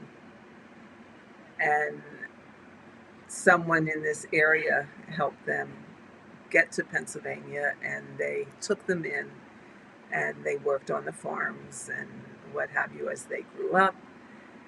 And but they were originally from Virginia. So what we kind of decided, or came to the conclusion, is that this man's family, somewhere back along the line, may have been slaves of a person whose last name was Bug. Because a lot of times what they did is they picked up the name of the plantation owner that they were on. And his family eventually moved to, I believe it was either Tennessee or Kentucky. One of those. I don't exactly remember which. And then he got a job now that was his family many years ago. And then he got a job at the Milton Hershey School. And Of course, his daughter wanted to volunteer, and she did, and that was fine, and it was wonderful. And we had a nice chat. We had a nice, wonderful chat about family history and how things like that happen. And but I was so totally embarrassed. So that's my story about how I was embarrassed with somebody with the same name as me.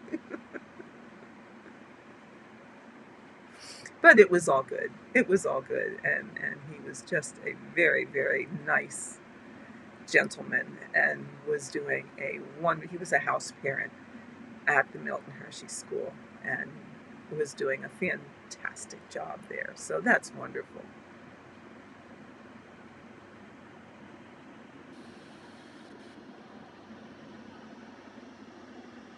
Oh, Norma, that's wonderful. Thank you. I'm so glad. Oh, you guys are too kind. Shannon, you're trying cross country within the diagonal. Good for you. Good for you. Give it a shot. You'll figure out what you like and what you don't like, and you'll come up with a great way. Oh, Rhonda, thank you. You like my new glasses? I went out of my comfort zone, you know. I really did. It was not me to go with such a dark frame, and there's times I'm still not quite sure if I like them or not. But I thought, I'll get with the times here, you old lady.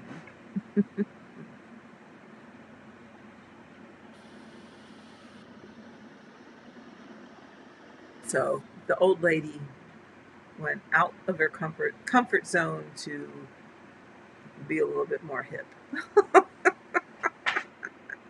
Whatever. But thank you. I'm glad you like them. I'm glad you like them. Oh, let's see. Roxy, you don't like cross country? You find it wastes too much. Well, you do 10 by 10 stitching and then move to the next block. And again, it's all whatever makes you happy is what you do. It's what you do. Um, when I do cross country, I try not to go more than a certain number of spaces away. If it's going to take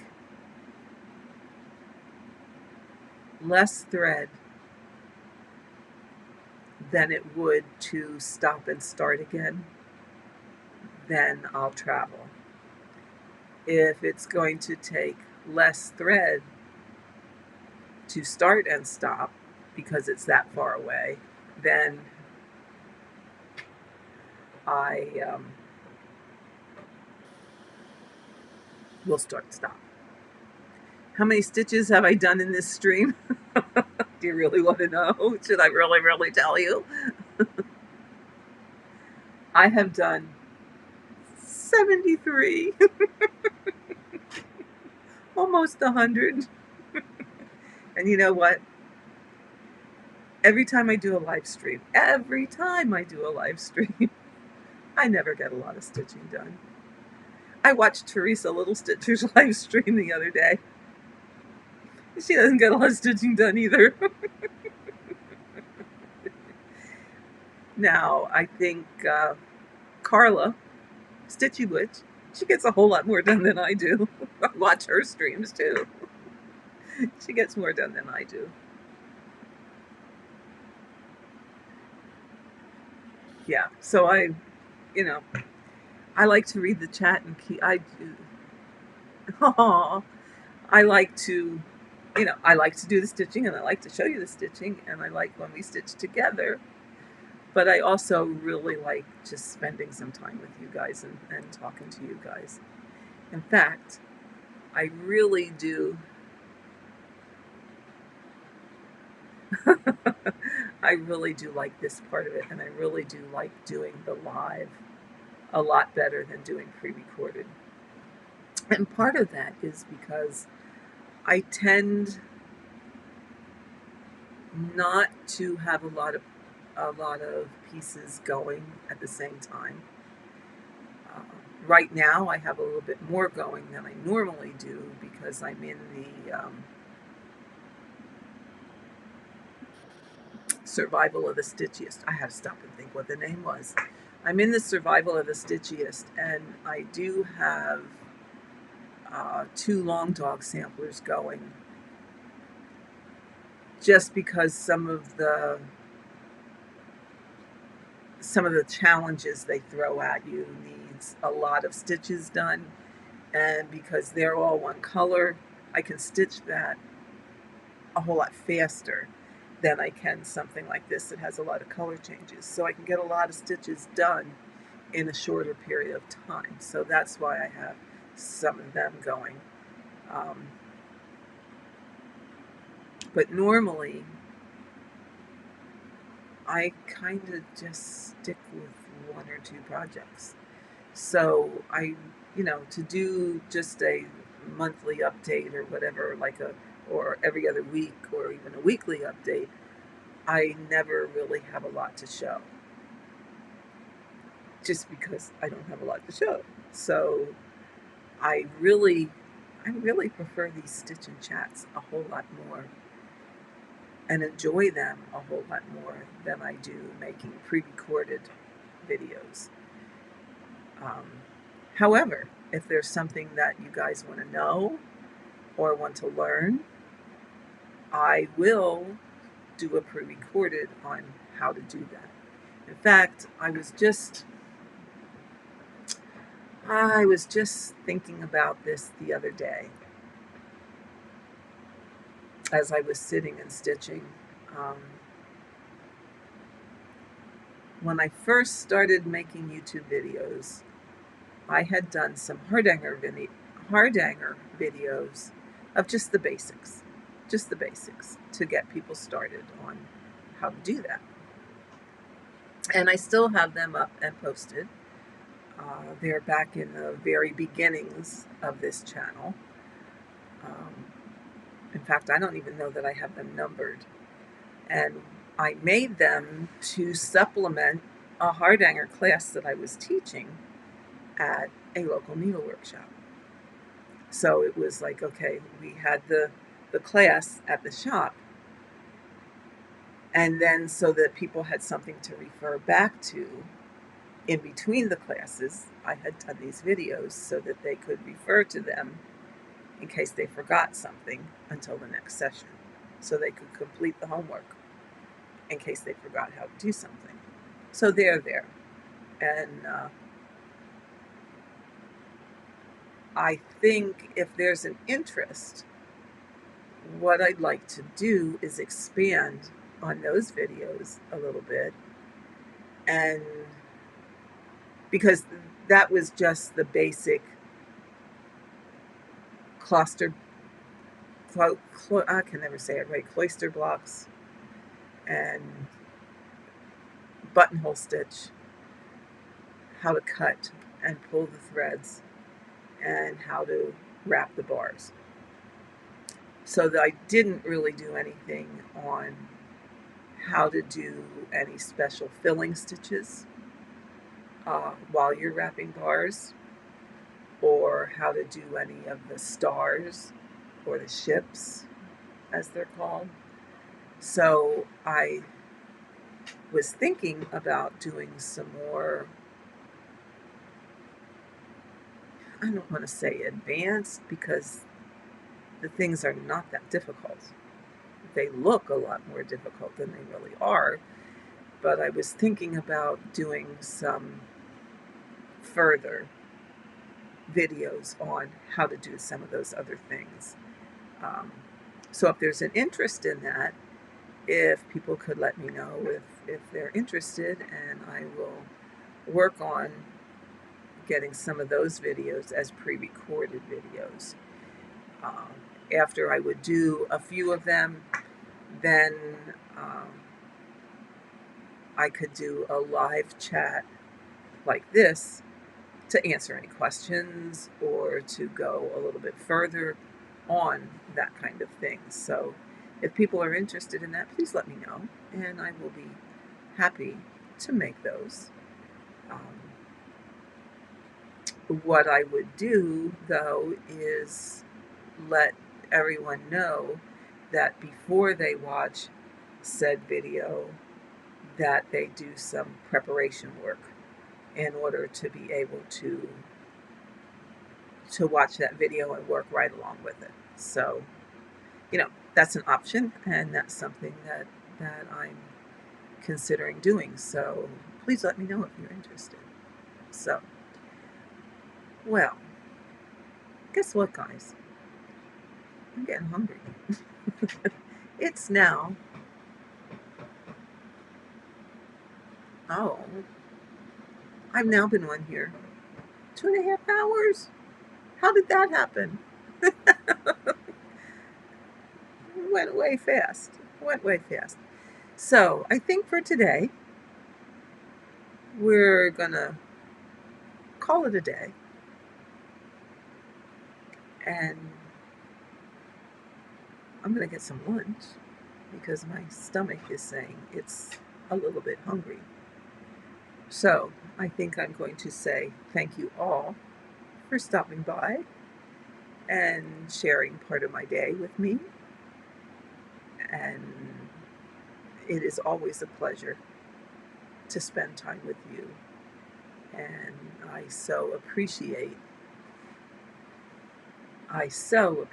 you all spending time with me and allowing me to come into your home and have a little chat.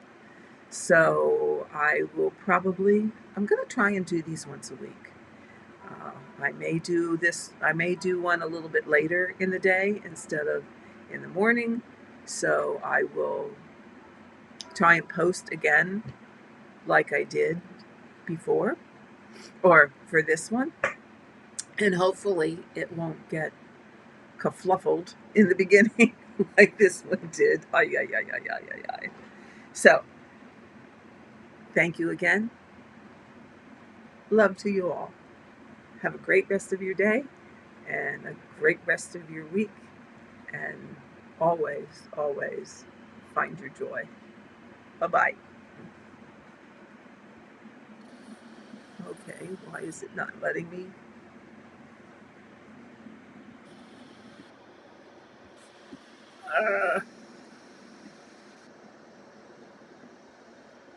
What the heck?